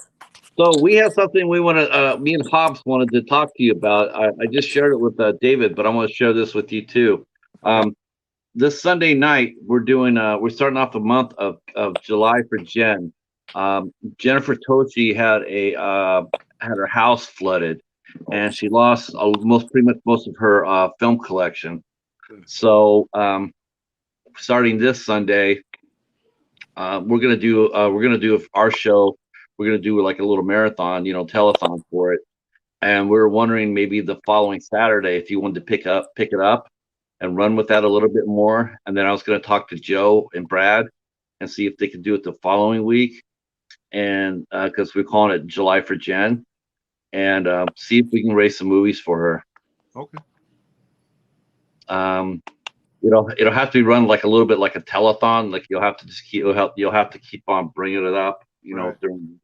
But I mean, if you didn't mind doing that, I mean, just to help her out because I'm sure money's tight, for everybody. Yeah. Especially when you lose your whole damn collection. I mean, you can't replace that right away. Do you have her address? I assume. Yeah, Hobbs will have it for sure. Okay. Hobbs, I'm sure Hobbs can send it to you via Instagram. I'll just tell you right now. I've got this stack right here. I can send her. Holy cow, you're the man. Yeah, he was saying that she doesn't have a Blu-ray player, so she's looking for DVDs and VHS. Okay. Yeah. Damn, it's really bummer is that I actually had an extra Blu-ray player, but I gave it to a buddy of mine like 6 or 7 weeks ago. 6 or 7 months ago. I wish if I would have had it, I would have sent that to her. Yeah, these are ones I just haven't given away yet. There's Friday the 13th, 1 through 8. Oh wow, that's what you were saying. That's the one I was talking about. Yeah. All right. Goodfellas, Die Another Day, one of the Universal Soldier movies, Child's Play, and Mall Cop. Yeah, I'm sure she take all those. Okay. Hobbs, we're just talking about July for Jen. You can come up too, Hobbs, and we can talk about it. Yeah, we just came up with it. We were talking about what are we going to do, and then because Hobbs had told me what happened, and then I saw Mike Hatfield had sent her the Friday the 13th. Oh, you know what? No, the Halloween. He sent her the Halloween collection, and so that was really cool. And then Hobbs had mentioned to me that she had lost all her collection. Greetings, video gamer lover 58. Welcome to the show. As you know, this is a pop-up. I never do anything. I never schedule any of these. Any of these. I always just do this on impulse. So that's that's really what I was really wanting to mention to you, Cody. I mean, that would be awesome. Yeah, if we could do that. I think we can do it. Let's see, that'd be the 11th, right? Right. Yeah. Okay. And then I'll send Joe a blast on Instagram asking if they could do that Friday. See, your show will be the 10th. You'll be doing it on the 10th, and yeah, then they will be doing it on the 16th. Yeah, I've been a day off in everything I've been planning for July the whole time. I don't know why. I'm talking dates with my wife, and she's like, "No, it's the day before." I'm one day forward for some reason. You don't think you got caught in a Groundhog Day, did you? May have. I don't know. The whole week's felt like Groundhog Vacation brain. You're still on vacation. Maybe. You working today, Cody? Yeah, I worked from home, but worked. So. I mean, today, Friday. Oh, I'm sorry. About half day. I worked over a little bit through the week, so I'm going to take a few hours off tomorrow. So. I still think it's awesome that you guys got to meet a lot and face to face. Yeah, it was fun. I wish we had more time.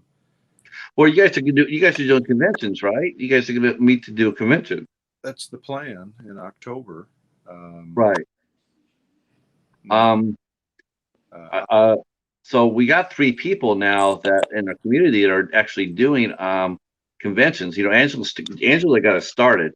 She's already started doing conventions for Morbid Heart Designs, and then Doomsday Kingdom Army. He's doing the Kansas City Crypticon on July 16th through the 18th, and then there's a young guy that came in here, Brian C, and him and his wife are doing a comic book convention, and they're just starting out, and they're going to their first convention event this weekend.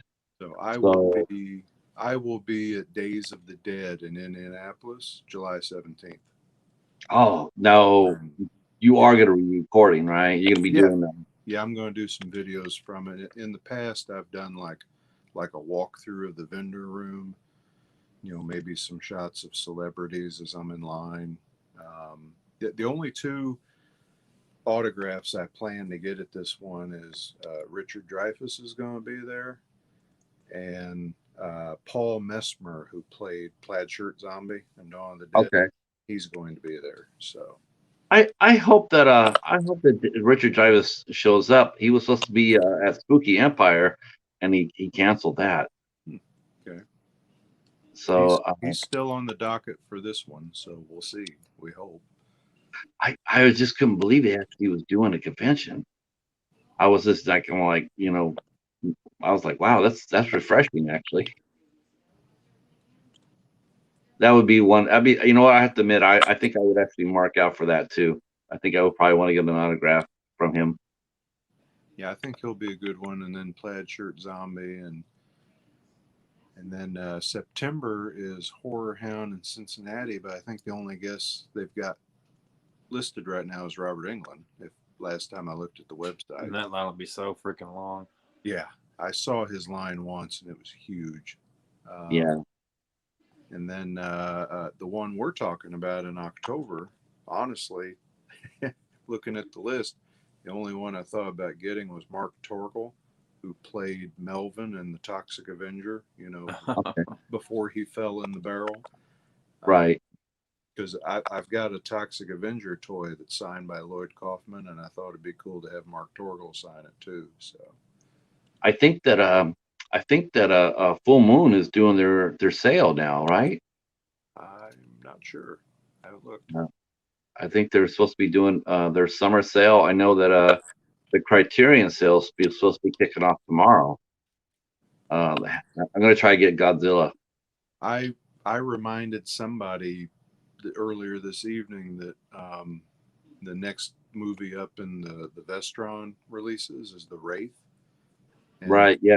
And it's on Diabolic right now for like $12.99. Oh, really? That's not bad. I wonder, huh?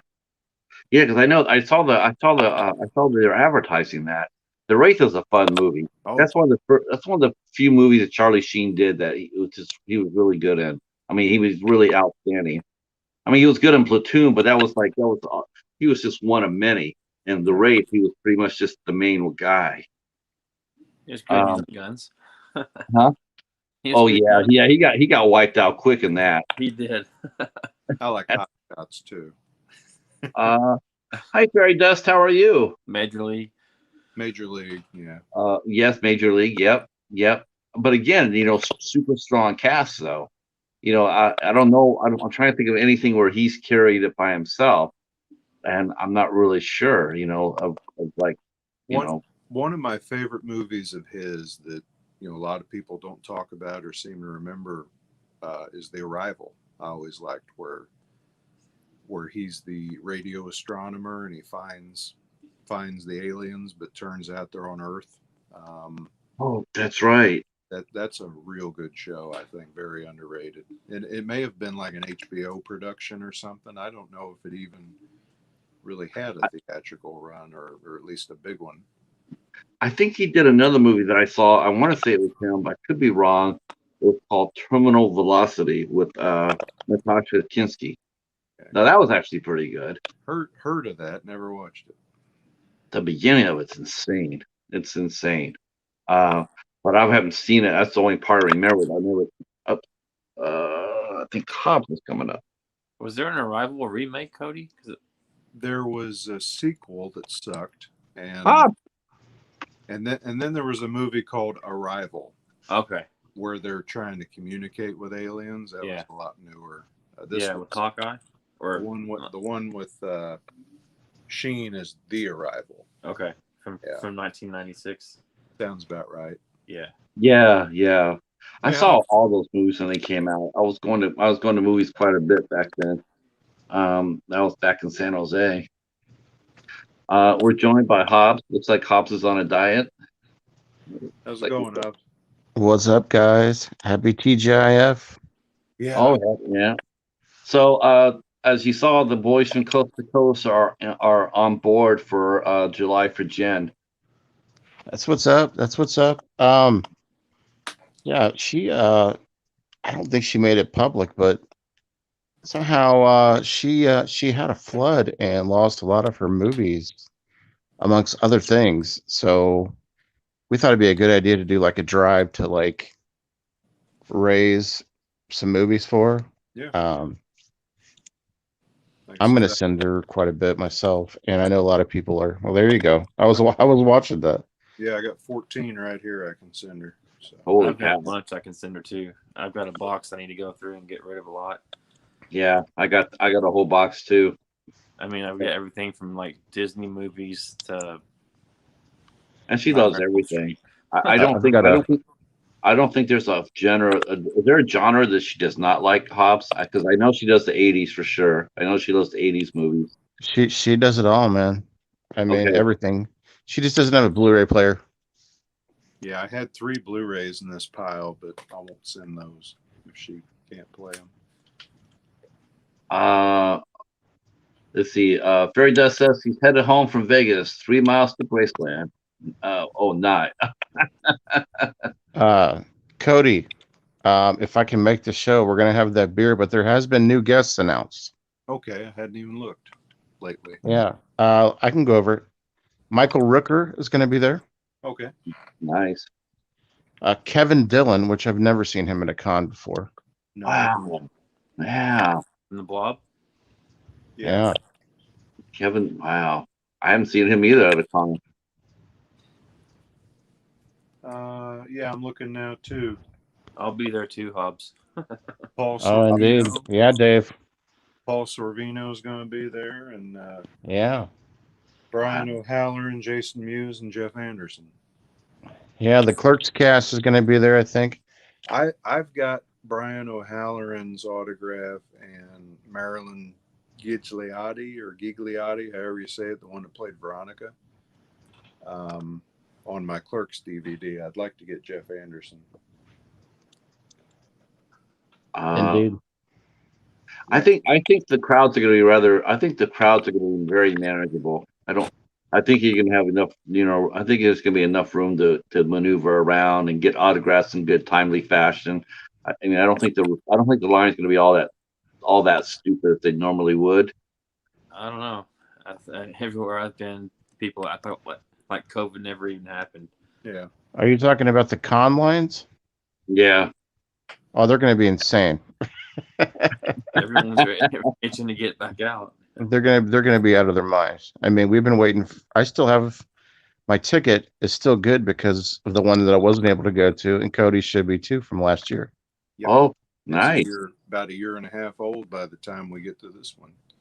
Yeah. Yeah, I was able to manage to save it, believe it or not, which is crazy. But yep, still got there will be a lot of people there, and every one of those that I've ever been to has been packed to the wall. It's usually pretty crowded in Cincinnati, but still enjoyable. It's not like I'm never going to that one again. It's still not bad. And I think the last time we were there, we met Michael Rooker and got his autograph. And my daughter was like about 10 years old, I think, 11 years old, and him and her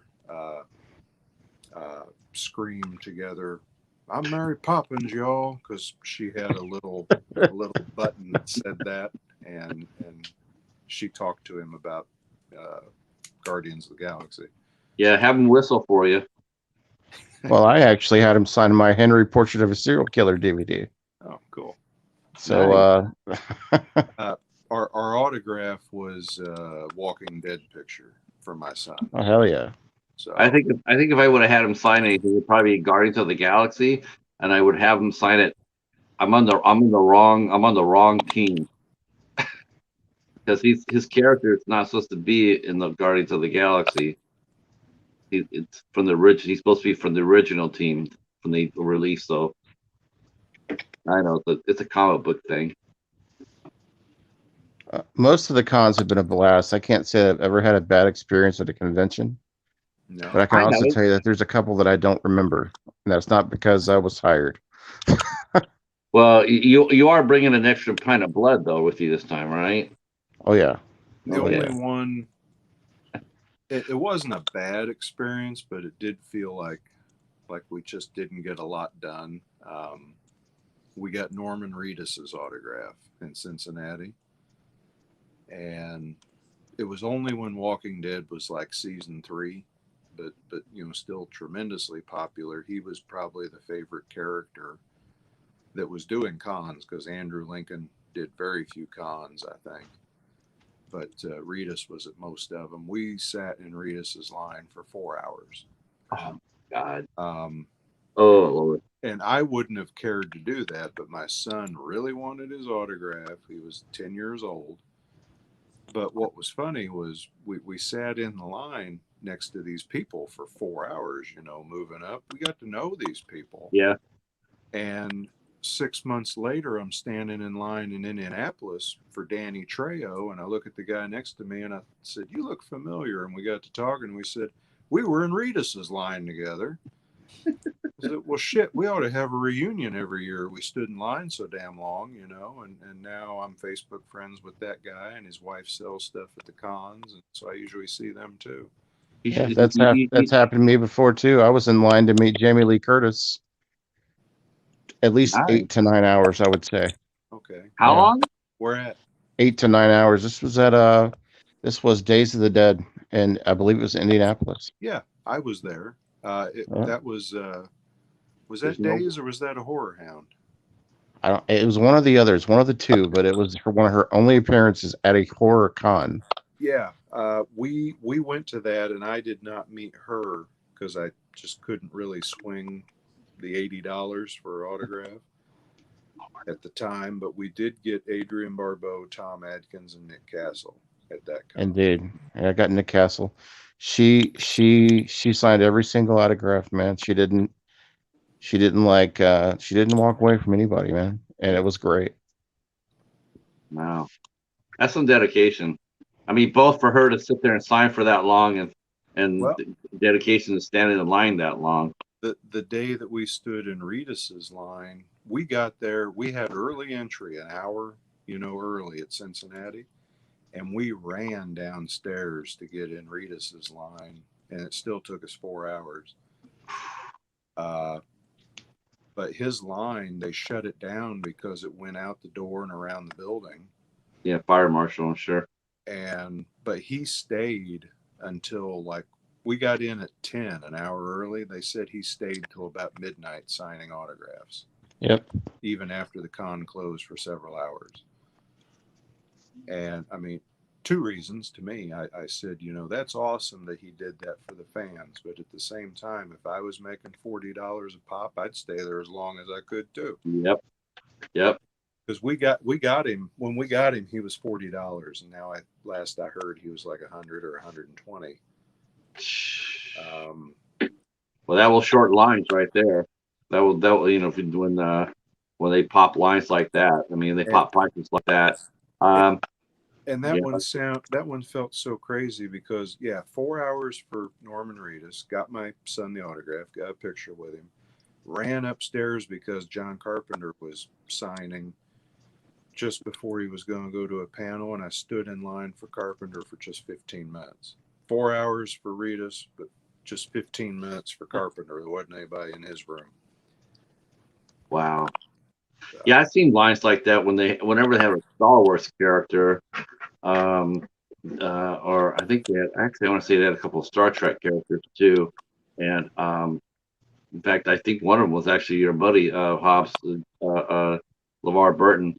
The lines were really long, and what it did, everybody stayed in the lines of the big stars, and that enabled short lines for everybody else. Like I would have got John Saxon's autograph.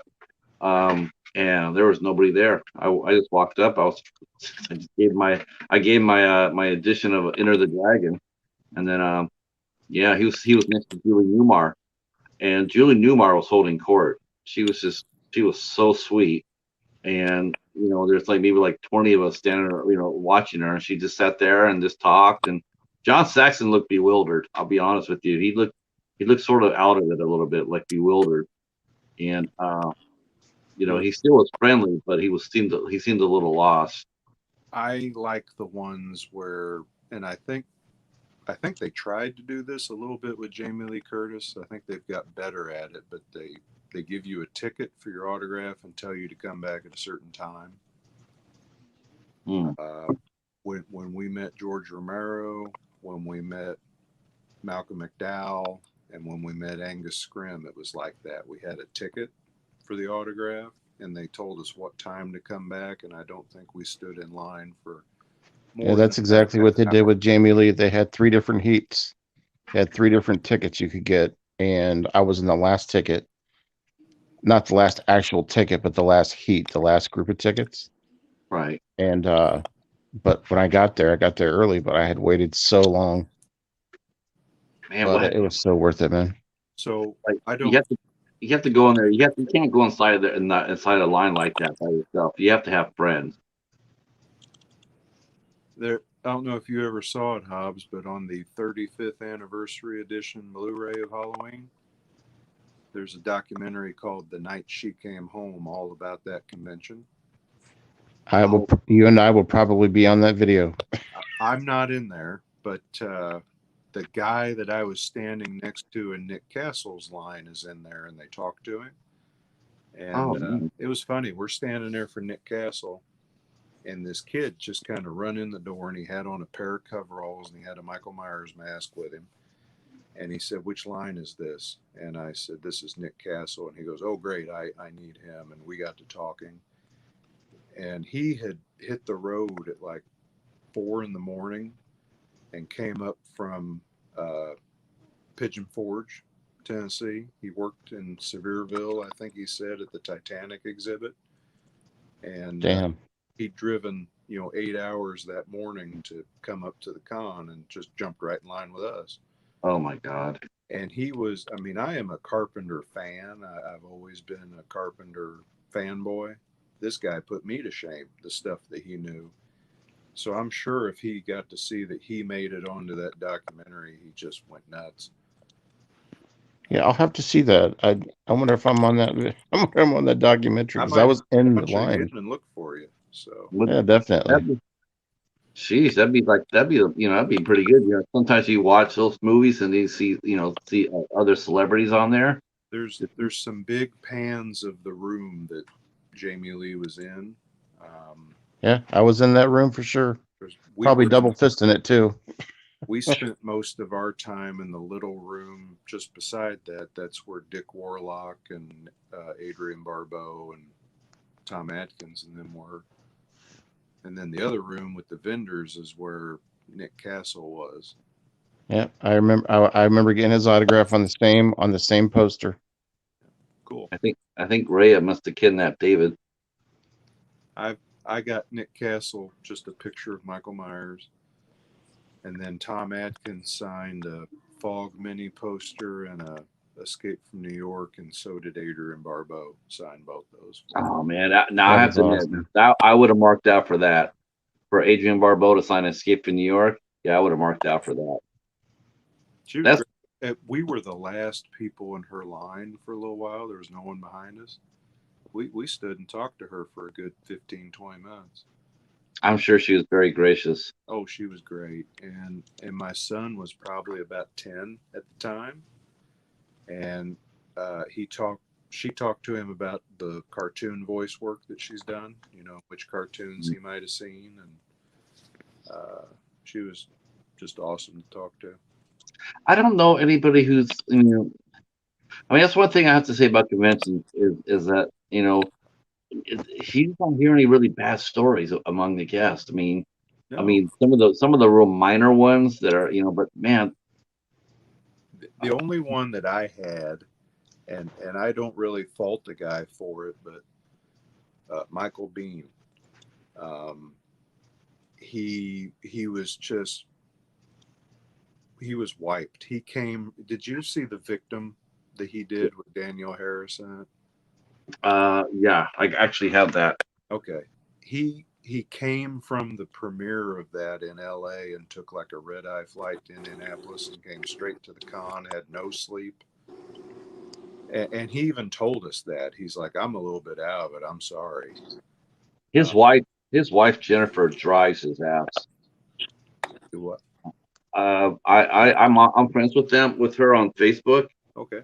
And she is relentlessly promoting. She's just really, she's got him doing cameos. All these cons. Honestly, I saw a couple of his cameos, and he just seems sort of just all out of it. Like he didn't really know what he was doing, or Now, the last time I saw him was in August of 19 at the last con I got to go to. And he was there, and there was no one in line for him. And I was just kind of hanging around, walking around, because I had a weekend pass. So I was just there a lot, I stood and talked to him for a while about Tombstone and Terminator. And he was really cool. Who's this? Michael Bean. Okay. So I assume he'd got some sleep that night. And then I didn't meet her in person, but a lot of people at one con I went to were complaining about Linda Blair. Really? Uh-huh. Isn't she really radicalized though for pet animals? That's her big thing. Is she wants she's really adamant. She's really trying to raise awareness to it. People I heard complaining didn't talk about that. They just talked about how she acted like she didn't want to be there, like she didn't want to see the people. Just give it to me, sign it, get out of here kind of attitude. Yeah, that's not good. Yeah, it's not good. You're getting paid a lot of money to do that. That it is. No one's forcing anybody to do these conventions. That's the thing about it is, though, when they come here and they have that kind of attitude, it's like, listen, no one's twisting your arm to be here. A lot of people have paid a great deal of money. See, I personally don't do autographs myself. I just never did. I don't know why. I just really never was into it. That might have been because of the music, but because I just thought people as just people. And the thing I look at is that people are paying money for autographs, and I'm like, a lot of people have already paid the money to not even be here, but they spent hundreds of dollars, on your movies, on whatever you're selling. It's just like I think for conventions, just be nice. Horror people get it. Independent movie makers and horror film people, they're the kindest and nicest people. I agree. The mainstream actors are not so nice. A lot of them too. I mean, I've seen a lot of people. Go ahead. I was gonna say I went to Scarefest in 2019, and I was outside smoking, and out walked Clue Gluger and talked. I didn't talk, anything about his movie career. We just chit chatted, and it was just nice just talking to him. Right. I didn't want to bother him because he was on his break, so we just sat and just chatted about it. Yeah, that's sort of thing I was thinking about. That's the other thing I was thinking about when you guys were talking about Norman Reedus. I'm going like, man, oh man, I wonder how they managed to do that, because Reedus he's a notorious chain smoker. I mean, he's notorious for that. I'm just like, how the hell did he manage to do that? To stand up, I mean, did you guys all have to go outside to do this? Because I can't see that guy sitting there at this table for hours on end without being able to smoke. Well, there was a lot of, so during our 4 hours, I know he at least left to go take some pictures, do photo ops, then came back for a while, then left again to go get a bite to eat, and then came back, and then, so he was taking breaks. Yeah, he had to, because otherwise he would have been going crazy. I know somebody that I've seen. Go ahead. The longest line that I've seen so far has been for Bruce Campbell. Right. Wow. We met him at a convention, and as soon as we got there, I ran down to where they sold photo ops, and I got a photo op because I thought, I'm not standing in that line. I'll meet him. I'll get a picture. I'll spend about as much as the autograph was. And that was fun too. Because that was the one convention that the whole family went to. So it was me, the wife, all 3 kids. And he motioned us in, and we got our picture with him, and he's like, okay, that's great, hanging on the mantle, all right, love you, you're great, Christ, I've never seen so many kids, all right, you're next. And he was just on the whole time. He's George Romero, Indianapolis was the longest line I've ever seen. Yeah. 2015, I believe so. I was there too. Hell, we've been at the same cons. We have, definitely. Speaking of there's cons, no question. Are you guys planning on going on Saturday to Horror Hound? Because tickets are limited. I just want to make sure I get the right day. I've got a weekend pass, so okay. I'll be there Friday and Saturday is the plan. Okay. I usually don't stay for Sunday, or if I do, I'm only there a couple hours to, scan over the vendor room one last time. Yeah. I think mine's still up in the air about which day I'm going to go. I have to arrange something with my work, but I'll get information from you guys to see what days you're going. Okay. Let's see, what day is it again? It's on September the 6th, September the 10th to the 12th. Okay. Yeah. I'll probably go on Saturday because it'll be easier for me to just drive up Saturday morning and get there and spend the day. I'll be there with my daughter, and I'm going to have to make a choice because I haven't reserved a room yet. Either we can go up and go Friday and stay one night and come home late Saturday, or stay 2 nights. I think I'd probably just as soon stay one night, not pay for a second night of a hotel. Are you guys gonna do your show from the convention? Do what? Are you gonna do your show from the convention? Like in your room? Are you gonna do the coast to coast from your hotel room? Probably depend on what time I got home. No, I was thinking maybe you could do it from the convention. You should actually do it on a Friday night. Well, just go for an hour. just to go up there for an hour on a Friday, this special coast to coast, and go up there and do a show report. We could do something. Patrick's like a kid in a candy store. He just wants to see people stream. That's all. I mean, I know you got a half-hour break today. Stream, go live. Just think of me. You guys all could meet up together. It'd be like a coast to coast, coast to coast hour. So we're talking about a little bit of that in October, because October is at least me, Dave, and John. Mark's talking about maybe coming up. Right. So that would be cool. That would be cool. It would be actually be really cool if you guys could do at least an hour, do it live from the convention. That would be pretty tight. Of course, Hobbs would be a one-man show from his. My problem there would be you can't stream from your phone until you have 1,000 subs. Oh. I don't want to carry my laptop around. You can stream from StreamYard for free with your phone. Can you? Yeah. Yep. I do it all the time. I've not done that. Yeah, I'm doing it right now. Ah, okay. Yep, it's easy. All right. I use StreamYard for the coast to coast, but I always do it through my laptop. So yeah, I've done it from my phone, tablet many times. Okay. Steven's wondering if anybody's going to go to the Spooky Empire, the fall one. I'd have to have some time to. That one's expensive, man. I'd have to plan for that one. Where's that at? Florida. Orlando. Too far for me. Yeah. I will say I've already decided that in 2022 I am going to the Living Dead weekend in Monroeville. I want to go to the mall. I've did that one.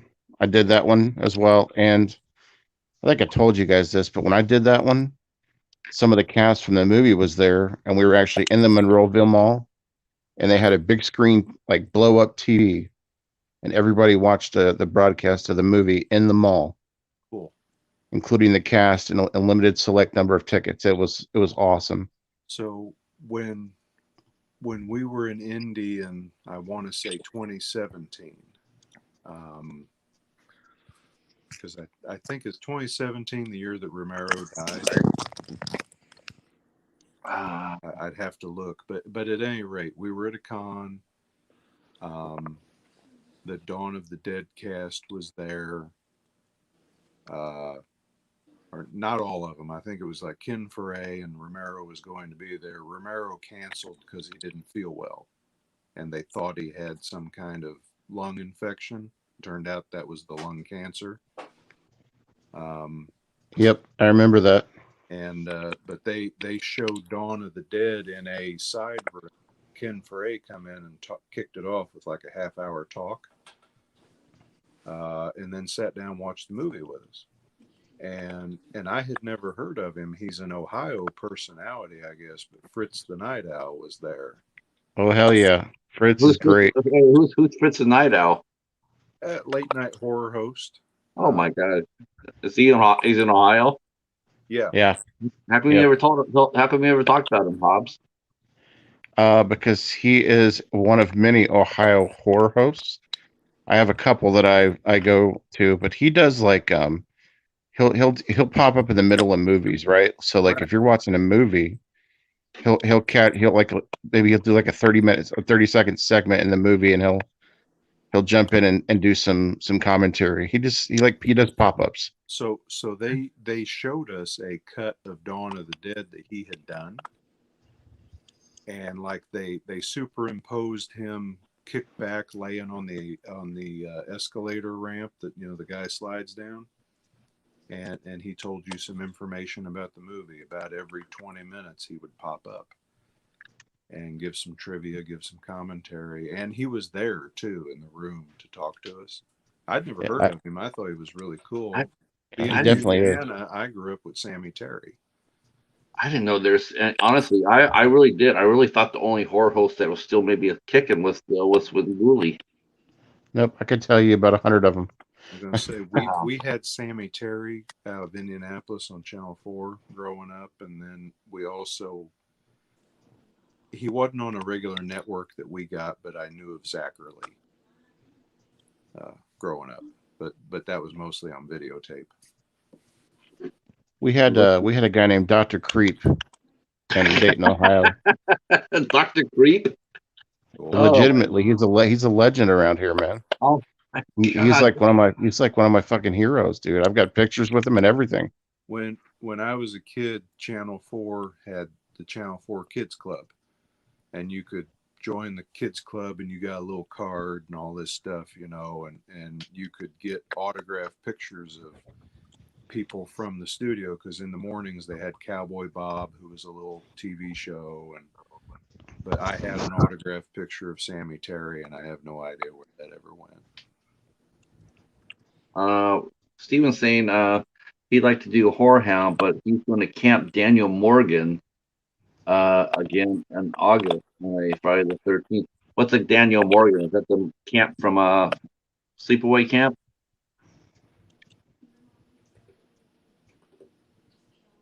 As you can tell, The Friday the 13th camp. I thought that was Camp Crystal Lake. In the movie. In the movie. Oh, okay. Oh, so in real life, this is where they filmed it. Oh, okay. All right. I didn't know. I never even knew that. I didn't know they actually. I didn't even think about that. Like, was there really a Camp Crystal Lake? You know, did they film out it? Okay. Jason Lives. Okay. I'm going to send you a picture, Patrick, and hopefully you can put it on the screen with the guys so they can see it.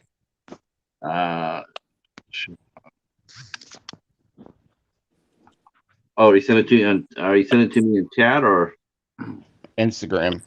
Oh, okay. Yeah, I can do it. Just send it to me Instagram. Yep. All right, I just bought my ticket for Saturday. Ring that bell. Oh, okay. Yeah, we can. I'm sure I can save this. Let's see. Let's see if I can. Horror host. Where I'm from, Dayton, Ohio, we're obsessed with horror movies and Halloween. It's crazy. We have a year-round Halloween multi-store called Foy's around here, where it's all horror and Halloween stuff. We have a horror and Halloween restaurant. We have a couple of them around here. It's crazy. Did you say Abilene? Let's see. Dayton. I thought you said Abilene. Oh no. That's where the Black Keys are from. Abilene. Akron. Sorry. Oh, okay. Hey, I just looked, Dave, and my Godzilla set is already in Missouri, so it's like only 200 miles from here. So you should have it, Monday? It said expected delivery of Tuesday. Oh, okay. I guess, it's a holiday, the 4th of July. Yeah. Okay, you guys, I'm sending you guys something on Instagram. Let's see. And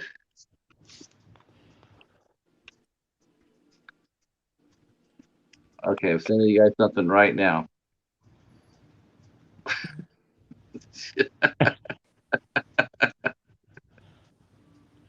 And that's from Hobbs.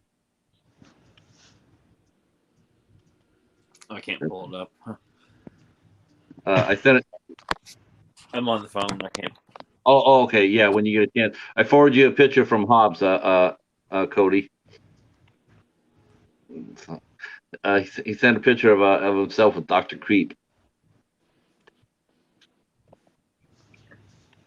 He's legendary. He does a lot of charities for kids. We just lost Cody. Let's see.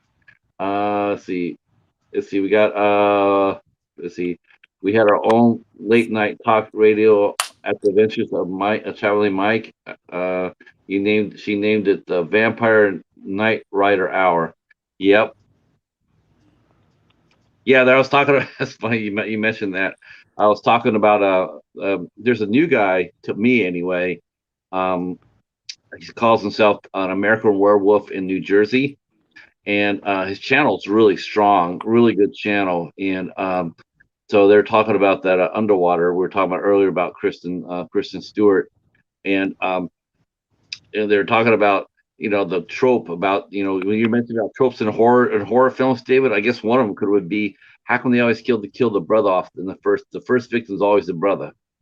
It's like every horror movie. True though, it's true. As soon as you see the black guy, he's going to be the first one to get it, right? But not Kincaid in Elm Street 3. He survived. Yeah, yep, he did. He survived that motherfucker. So, well, you know what I said? I put down. I said, well, I know two other brothers that survived horror too, though. That was Michael J. White and Wesley Snipes, because Blade and Spawn were both horror films. So I said they survived, and he goes, I don't know if that really particularly counts. But I'm like, it counts. Keith David in The Thing. Yeah, that's right. And the Ken Foray in Dawn of the Dead. Did he survive and They Live? I don't remember. Ving Rhames in the Dawn of the Dead remake, he survived. Terry Alexander in Day of the Dead, the helicopter pilot. Yeah.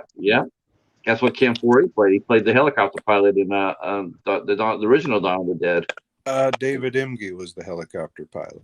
Oh, was he? Reggie in Friday the 13th? No. No, he died on the shitter. Is that the guy got his head punched off? Maybe when he was older. Oh, okay. I don't know who it was. I know that one scene where the guy's boxing and yeah. That was part 8. I forget that character's name. Not that it matters. Fairy Dust is mentioning the ex worked with Jamie Lee Curtis, Betty White, and Sigourney Weaver. Jamie down to earth, Weaver not so cool. Yeah, I can see that. I can see that. I think Jamie Lee Curtis. I mean, by this time, I think she's got to just be blown away with how well people just love her. 40 years from the same character, and they absolutely love her. Yeah, I was saying not too long ago. There's not too many actors really that have done that. Harrison Ford playing Han Solo 40 years apart. Now he's doing Indiana Jones 40 years apart. Jamie Lee playing Laurie Strode. The only other people to me that really come close are the cast of Phantasm, and that was like 36, 37 years between the original and the last one. Has anybody else played a character 40 years later that I'm missing? Well, I mean, Ghostbusters, maybe. What? Maybe in Ghostbusters, the new movie. I don't know. Yeah. We'll see. One comes to mind. Raymond Burr played his character in the original Godzilla, and then Godzilla 85. That was 30 years apart. Right. But yeah, it's kind of an exclusive club to play the same character 3 or 4 decades later. Like Kelsey Grammer playing Fraser. What did Cheers was in the 80s, right? Right. So that would be, and he's supposed to be doing a remake of it, or reboot. So that'd be close to 40 years. Yeah, at least 30.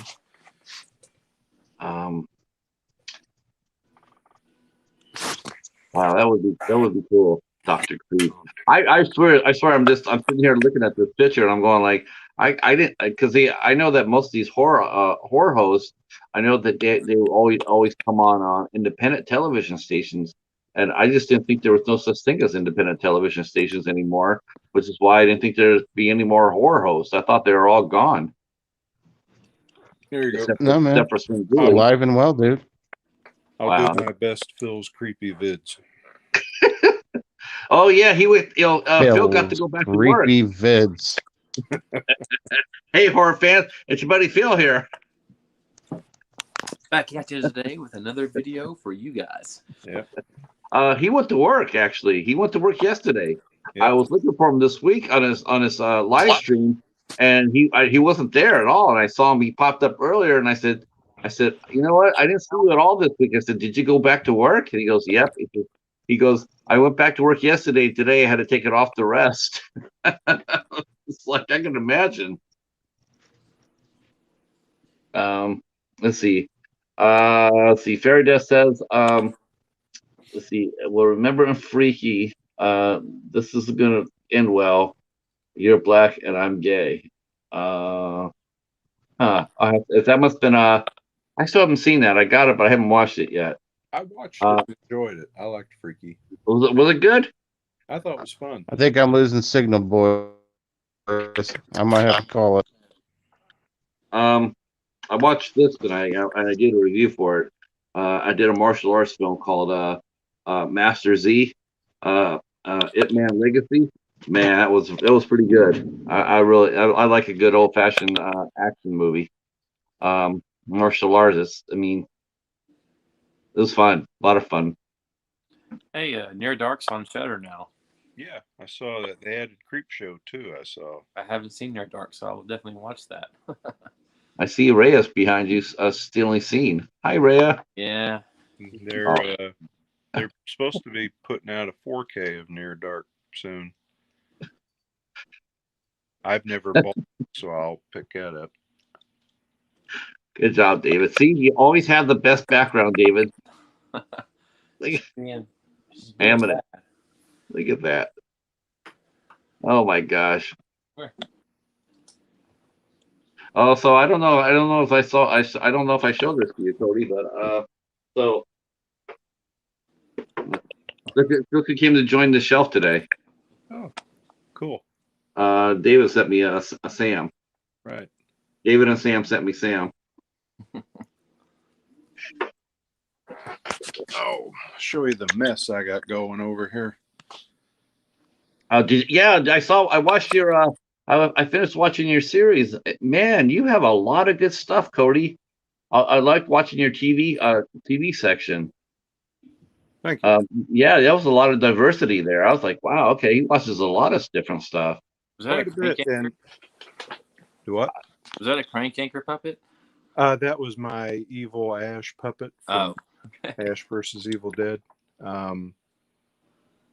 Yeah, and something I kind of realized after I did those collection videos was I didn't even include my wife's collection. And, you know, my son has a huge collection, not huge, but huge for an 18-year-old, I think. He's got quite a bit. So, yeah, we got a lot of movies. And last night, Disc Replay, I picked up 12 more because when I got there, I found a few, and then I saw they're doing a buy 3, get 3 free sale. Oh, really? Yeah, and you can't turn that down. So No. One I picked up I'm really excited about because I've never seen it. I've always wanted to is Ants, where the killer ants attack the vacation property. Suzanne Simms is in it. I don't expect it to be a great movie, but I've always wanted to watch it. So, did you ever see the movie they made called Empire of the Ants? Yeah. With Joan Collins? Yeah. And that was one of those like Burt I. Gordon movies where they split screen it and you had people just waving oars at nothing and ants on the other side. And right. Yeah, I like that one. The ants took over the sugar factory. Yeah, I mean, he was like that was like the big thing. It was like Joan Collins did it because they're trying to take advantage of her because I guess she was popular at that time for doing something. Right. And the ants they lifted the same sound for the ants from the movie Them. Yeah, that's right. Yeah.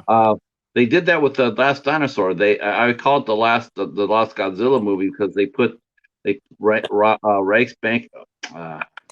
Oh boy, Rankin Bass put the Godzilla roar in their dinosaur. It was the last movie that Richard Boone did, and it was funny as hell when you watch the movie and all of a sudden you hear Godzilla roar. And it's like, what was that? You had to go back and replay. You're like, did I hear what I thought I heard? And that was funny. That's funny. When you said Ants, I thought that movie with like Woody Allen and Sylvester Stallone, that animated movie. I was like, No, that was cool. I know that one. That came out like the same time as Bug's Life. Yeah, it was And bad. Yeah, the Bug's Life, which is basically Seven Samurai for Pixar. I like how for a while there was a stretch of years there where a movie would come out and then a duplicate would come out right after, like Armageddon and Deep Impact at the same time. Bug's Life and Ants, Saving Right. Private Ryan, Thin Red Line. They came out, right. Here. The last one I Yeah. remember was The Prestige and the Illusionist. Illusionist, yeah. Yeah, those were both very good movies. Yeah, they were. I really like The Prestige quite a bit. I like David Bowie as Nikolai Tesla. Yeah, that was a, that's a really extraordinary movie. I went to the library today or this week, and I managed to find some good stuff this time. I thought I was going to strike out because they're doing a bag sale, and generally that's when they go there. They give you a plastic bag, and you can fill up with everything you want as long as the bag doesn't tear. So you have to be really strategic about it. And but the problem is like after the week after that happens, generally the bag sales are designed for them to get rid of all their old inventory. They just want to get rid of it. It hasn't sold at the regular prices, so they're just going to give it to you for pennies on the dollar. And generally that's really good because especially for CDs, because of all things that don't sell, it's CDs. CDs don't sell worth shit. My phone's getting ready to die, so I'm probably going to duck out. Oh, sure. Plus it's late, but before I go, I'll share my haul with you real quick. Oh, sure, yeah. 12 I picked up. I love this. I found the Scream Factory Sleepaway Camp. Okay. That's like $10 on Amazon. I've been eyeballing that one. Got this for I think $7, so not bad. Was that from Disc Replay? Yeah. Nice. Monster Hunter. I haven't heard great things, but I want to see it. Yeah, I got that from my library. I picked that up from the library. It looks exciting. Standard definition set of Titanic. It's just, I like the box. That is cool. Midway. Nice. I watched a half hour of it in the hotel on vacation and liked what I saw. Yeah. I was a little disappointed with that because I think the Battle of Midway itself, if they would have just did the Battle of Midway, it would have been a fine movie. Right. Orgasmo, the South Park guys. See, Brad just popped in and he says all these years and he still hates that movie. He must be talking about Sleepaway Camp. This is the Ants movie I was talking about. Oh, okay.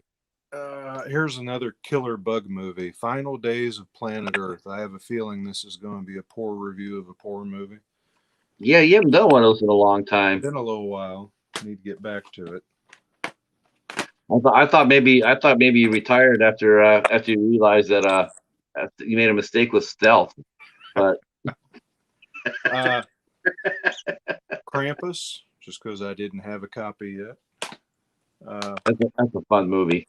Evil Aliens, worth it just for the scene where the guy runs over a bunch of aliens with the combine. You can't go wrong with that. The Babadook, because I didn't have it either. You know, you can't go wrong. You can't go wrong with IRC Midnight, Cody. Yeah. That's a winner right there. The Dennis Leary collection. So his two stand-ups, No Cure for Cancer and Locked and Loaded. I think he actually ended up quitting smoking. I think they finally got to him. I think he did. Yeah, I think he actually had a health scare, if I'm not mistaken, when he was doing Rescue Me. He had a heart issue or something like that, and I think I remember that. I got the Mothman Prophecies. Oh, cool. And then the Justice League Snyder Cut. Cool. Now, where'd you get that at? From the UK. So they released it over the UK. I have not seen it over here yet. I think it comes out at the end of July, maybe. Okay. And then I might invest a little bit of money for that one. the Oh, Fly you got the collection. Fly collection, yeah. Yeah, I finally got I it. was just talking about that earlier. How much did you get the Fly for? It was 40. That's right, Best Buy, right? Walmart. Oh, Walmart. Yeah. I might have to go pick that. Either I pick up that or I pick up the Saw movies. Walmart. I know they're Right, selling the nice. Saw movies for $15 at Target. You can get it at Walmart too. I think for the same price. Okay. I was trying to find the Critters box set, but it was sold out, and it's been there. Walmart. I saw Walmart had Saw the Blu-ray 8-movie set, like I have, but they had it with the slip cover that's got the tricycle on it. Yeah. Mine doesn't have slip. They didn't have the slip cover at the Target I saw, but they had the 8 movies there for $15. And I saw it there, and I was gonna get that, but then I saw Jet Jaguar, and and damn you, Ben, I went and got Jet Jaguar. I almost picked up the Chucky collection, but it was on DVD, and I'm trying to stick to Blu-ray or 4K. I've got the DVD set of the Chucky collection, but that's in my daughter's collection, so that wasn't in the collection video either. So, all right, guys, I'll get out of here and go get some sleep. Thanks for letting me on. Yep. Well, I guess I'll pull it too, David. You and I should probably get some sleep too. But this has been a lot of fun. Wow. Thanks so much for hanging out with me. It'll make my night go a lot easier. Yeah, then I will see you guys on I'll see you guys for sure on Saturday, and I'll be seeing Brad. I'll see you on Friday for Super Slash Bros. Yep. Unless you still want to hang out, David, it's up to you. It's going on 2 o'clock. I better get to bed. I've been up since 6:30. Yeah, time to go to bed. All right, guys. Well, thanks for hanging out with us. I appreciate it. And then we'll see you this weekend. We'll see Super Slash Brothers later on today. Yep. And then, I'll see you guys tomorrow. Take care, everybody. All right.